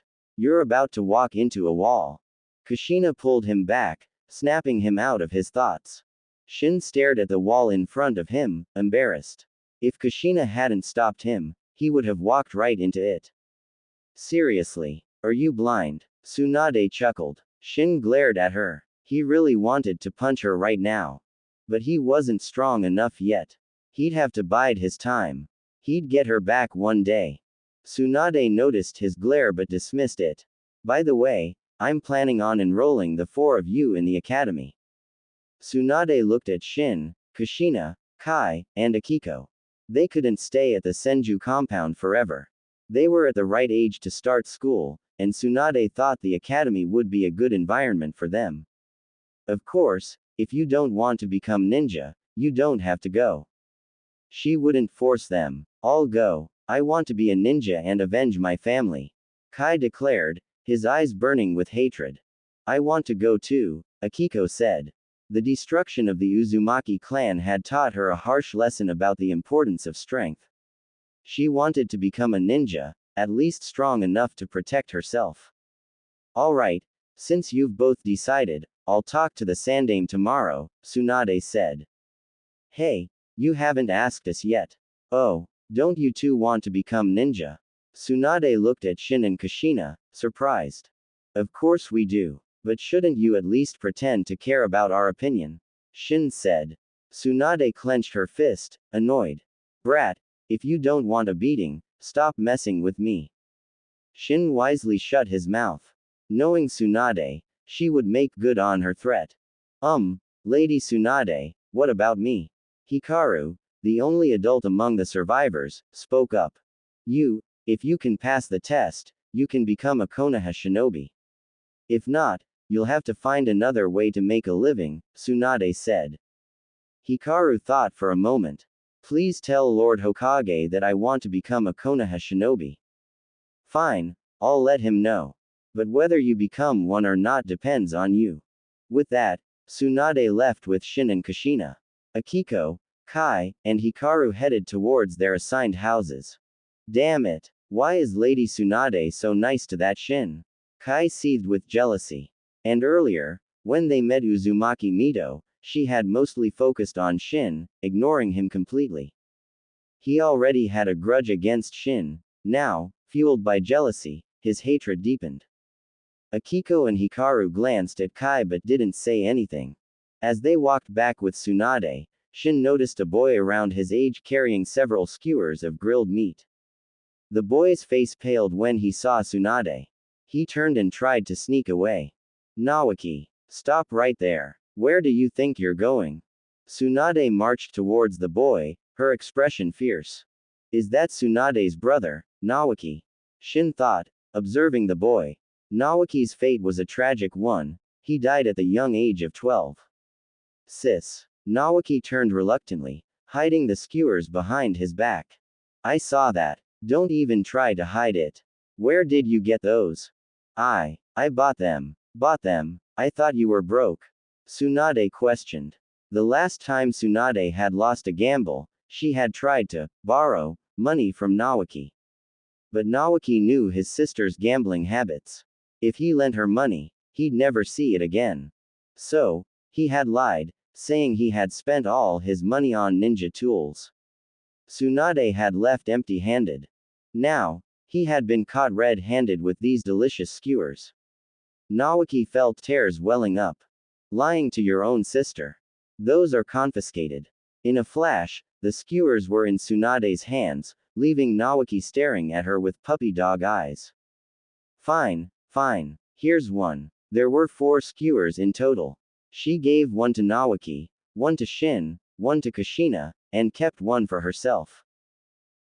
Smells delicious. Even better than the ones we make ourselves, Kushina said, sniffing the air. Yeah, not bad. And they're huge. Shin took a bite. They were indeed delicious, better than anything he could make. Perhaps he needed better ingredients. Sis, who are they? Nawaki asked curiously. They're from the Uzumaki clan, distant relatives of the Senju. Something happened to their clan, so they'll be living here from now on. They'll be attending the academy soon. Make sure you look after them, Tsunade said to Nawaki. Oh, hi, I'm Nawaki. Nawaki introduced himself. Nice to meet you. I'm Uzumaki Shin, and this is Uzumaki Kushina. We look forward to getting to know you, Shin said, officially acquainted with Nawaki. Nawaki, do you have any allowance left? I'll pay you back tenfold when I win big. Tsunade looked at her brother hopefully. Nope, not a penny. Nawaki even turned his pockets inside out to prove he was broke. But Tsunade wasn't convinced. She suspected he was hiding money, but she had no proof. Oh well, it seems you're not destined for wealth, Tsunade sighed dramatically. Nawaki breathed a sigh of relief. He wanted nothing to do with that kind of wealth. He sidled up to Shin and whispered, remember, never lend my sister money. You'll never see it again. Then he scurried off, afraid Tsunade might overhear. Doesn't he live with you? Shin watched Nawaki go, confused. He lives with grandma. That little rascal avoids me like the plague, Tsunade grumbled. That's understandable. If I were your brother, I'd avoid you too. Shin looked at Tsunade pointedly. Who wouldn't avoid someone who took all their allowance? Tsunade might not eat people, but she sure ate money. Shin suspected her gambling habits had something to do with the Senju clan's decline. Hey, what's that supposed to mean? Nothing. Come on, Kushina, let's go. Shin took Kushina's hand and returned to Tsunade's courtyard. He pulled out the multi-shadow clone jutsu scroll and started studying. The jutsu was simple enough. It didn't take him long to master it. He formed the ram seal. Poof. Dozens of Shin clones filled the room. He dispelled the clones and went to inform Tsunade and Kushina that he was leaving the courtyard to explore the Senju compound. He wasn't just wandering aimlessly. He was looking for a suitable training spot. There was a training ground within Tsunade's courtyard, but he didn't want to train there and risk exposing his secrets. After a thorough search, he found no suitable location within the Senju compound. He'd have to look elsewhere in Konoha. But he wasn't going to wander around just yet. He had just arrived. The Sandame was likely keeping an eye on them.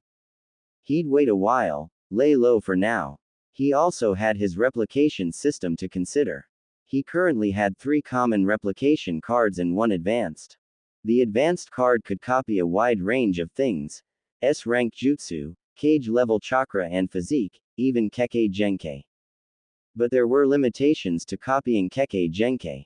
He couldn't copy the Rinnegan, or even the Eternal Mangekyo Sharingan. The Mangekyo Sharingan, however, was within reach. If I awaken the Mangekyo Sharingan and then copy another pair, could I evolve it into the Eternal Mangekyo Sharingan? Shin wondered. The Mangekyo Sharingan was the Uchiha clan's ultimate dojutsu, but it had a fatal flaw: overuse led to blindness. It was like a curse. The only way to overcome this was to evolve it into the Eternal Mangekyo Sharingan, which also granted the ability to use the perfect Susanoo. But to evolve it, one had to transplant the Mangekyo Sharingan of a sibling. Shin had no siblings. That path was closed to him. He'd have to find another way. The system was one option. He also suspected there might be other ways to evolve the Mangekyo Sharingan. Otherwise, how did Indra Otsutsuki obtain his Eternal Mangekyo Sharingan? And Hagoromo Otsutsuki's Rinnegan wasn't innate, it had evolved from the Sharingan. Shin wasn't too worried. Even if he couldn't evolve his Mangekyo Sharingan, he wouldn't go blind. He had the perfect sage body. Obito Uchiha had been able to use the Mangekyo Sharingan without side effects after transplanting Hashirama Senju's cells. With the perfect sage body, Shin didn't have to worry about blindness. But even so, he still wanted to evolve his Sharingan into the Eternal Mangekyo Sharingan. He coveted its power. The perfect Susanoo was practically invincible. And with the Eternal Mangekyo Sharingan and his perfect sage body, he could potentially awaken the Rinnegan himself. Just the thought was exciting. But it was too early to think about that now. His Sharingan was only at the 1 Tomo stage. It would take time to reach the Mangekyo Sharingan, and even then, evolving it wouldn't be easy. By the time Shin returned to the courtyard, it was already dark. He had dinner and went to bed. The next day, Tsunade took Shin, Kushina, Akiko, and Kai to the Ninja Academy. The academy had been founded by the second Hokage, Tobarama Senju. It's already been a while since the semester started, so you'll be joining as transfer students. If there's anything you don't understand, don't hesitate to ask your teacher. Tsunade instructed them. Tanaka-sensei, these children are in your care now. Don't worry, Lady Tsunade. I'll take good care of them, Tanaka-sensei assured her. After entrusting the children to Tanaka-sensei, Tsunade left. As an elite jonin, she was a busy woman. They followed Tanaka-sensei to their classroom. Shin spotted Nawaki immediately. Hey, Shin, Kushina. You're in our class, Nawaki exclaimed, jumping up. Nawaki, sit down, Tanaka-sensei scolded. Nawaki obediently sat back down. Despite being the grandson of the Shadaime Hokage, he still had to behave in class. We have 4 new transfer students. Please welcome them to our class, Tanaka-sensei announced.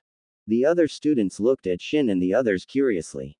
Red hair was rare, to have 4 at once was unusual.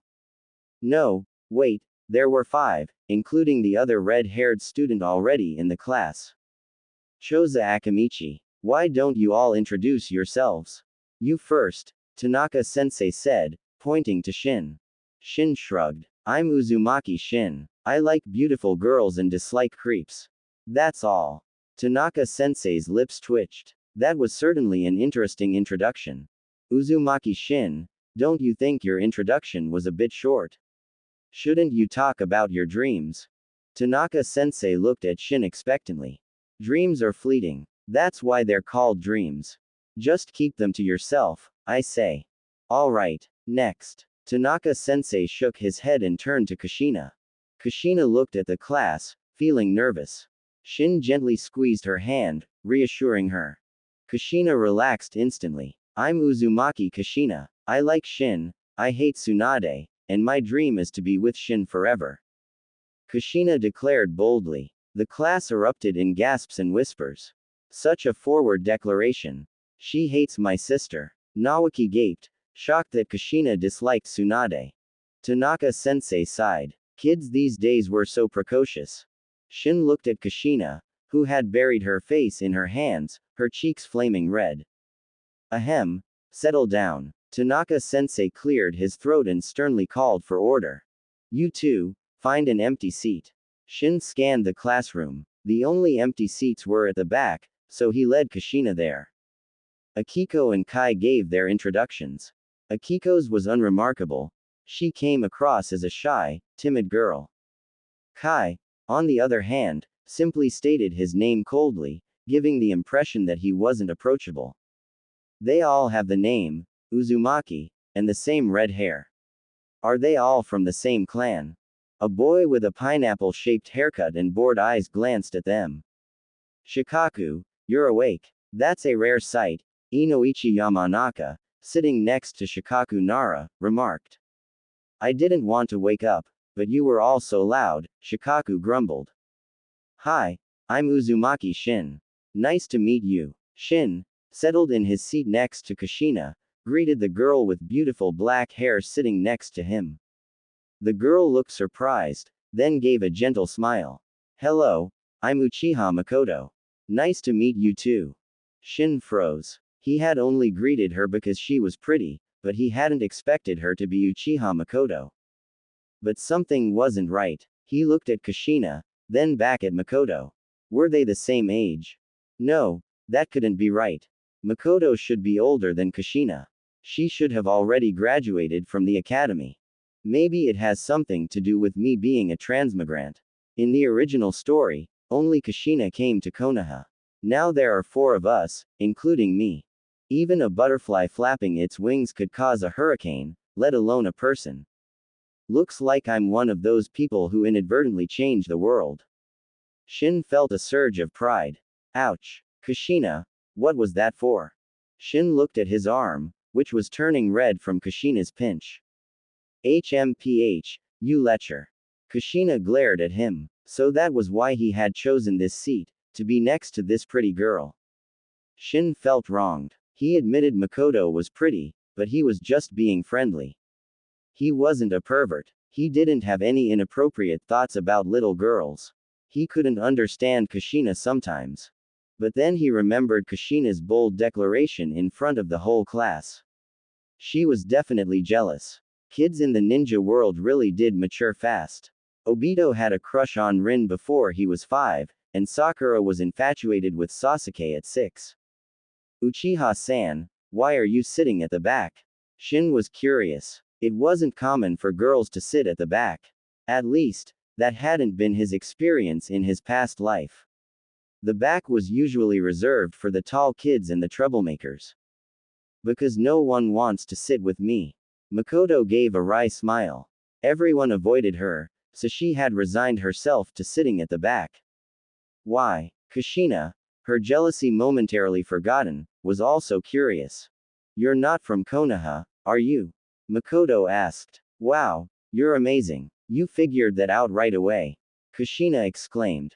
Mikoto shook her head. I'm from the Uchiha clan. That's why they avoid me. Kushina looked at her, confused. Shin, however, had an idea. The Uchiha clan's reputation in Konoha was complicated. They had basically offended every other clan and even the civilians. The Uchiha were known for their arrogance. Mikoto didn't seem arrogant, but it was a common trait among the Uchiha. Their arrogance made them unpopular, and their tendency to act superior only worsened things. The Uchiha clan was in charge of the Konoha police force, an important department responsible for maintaining law and order within the village. This position required them to interact with the other clans and the civilians.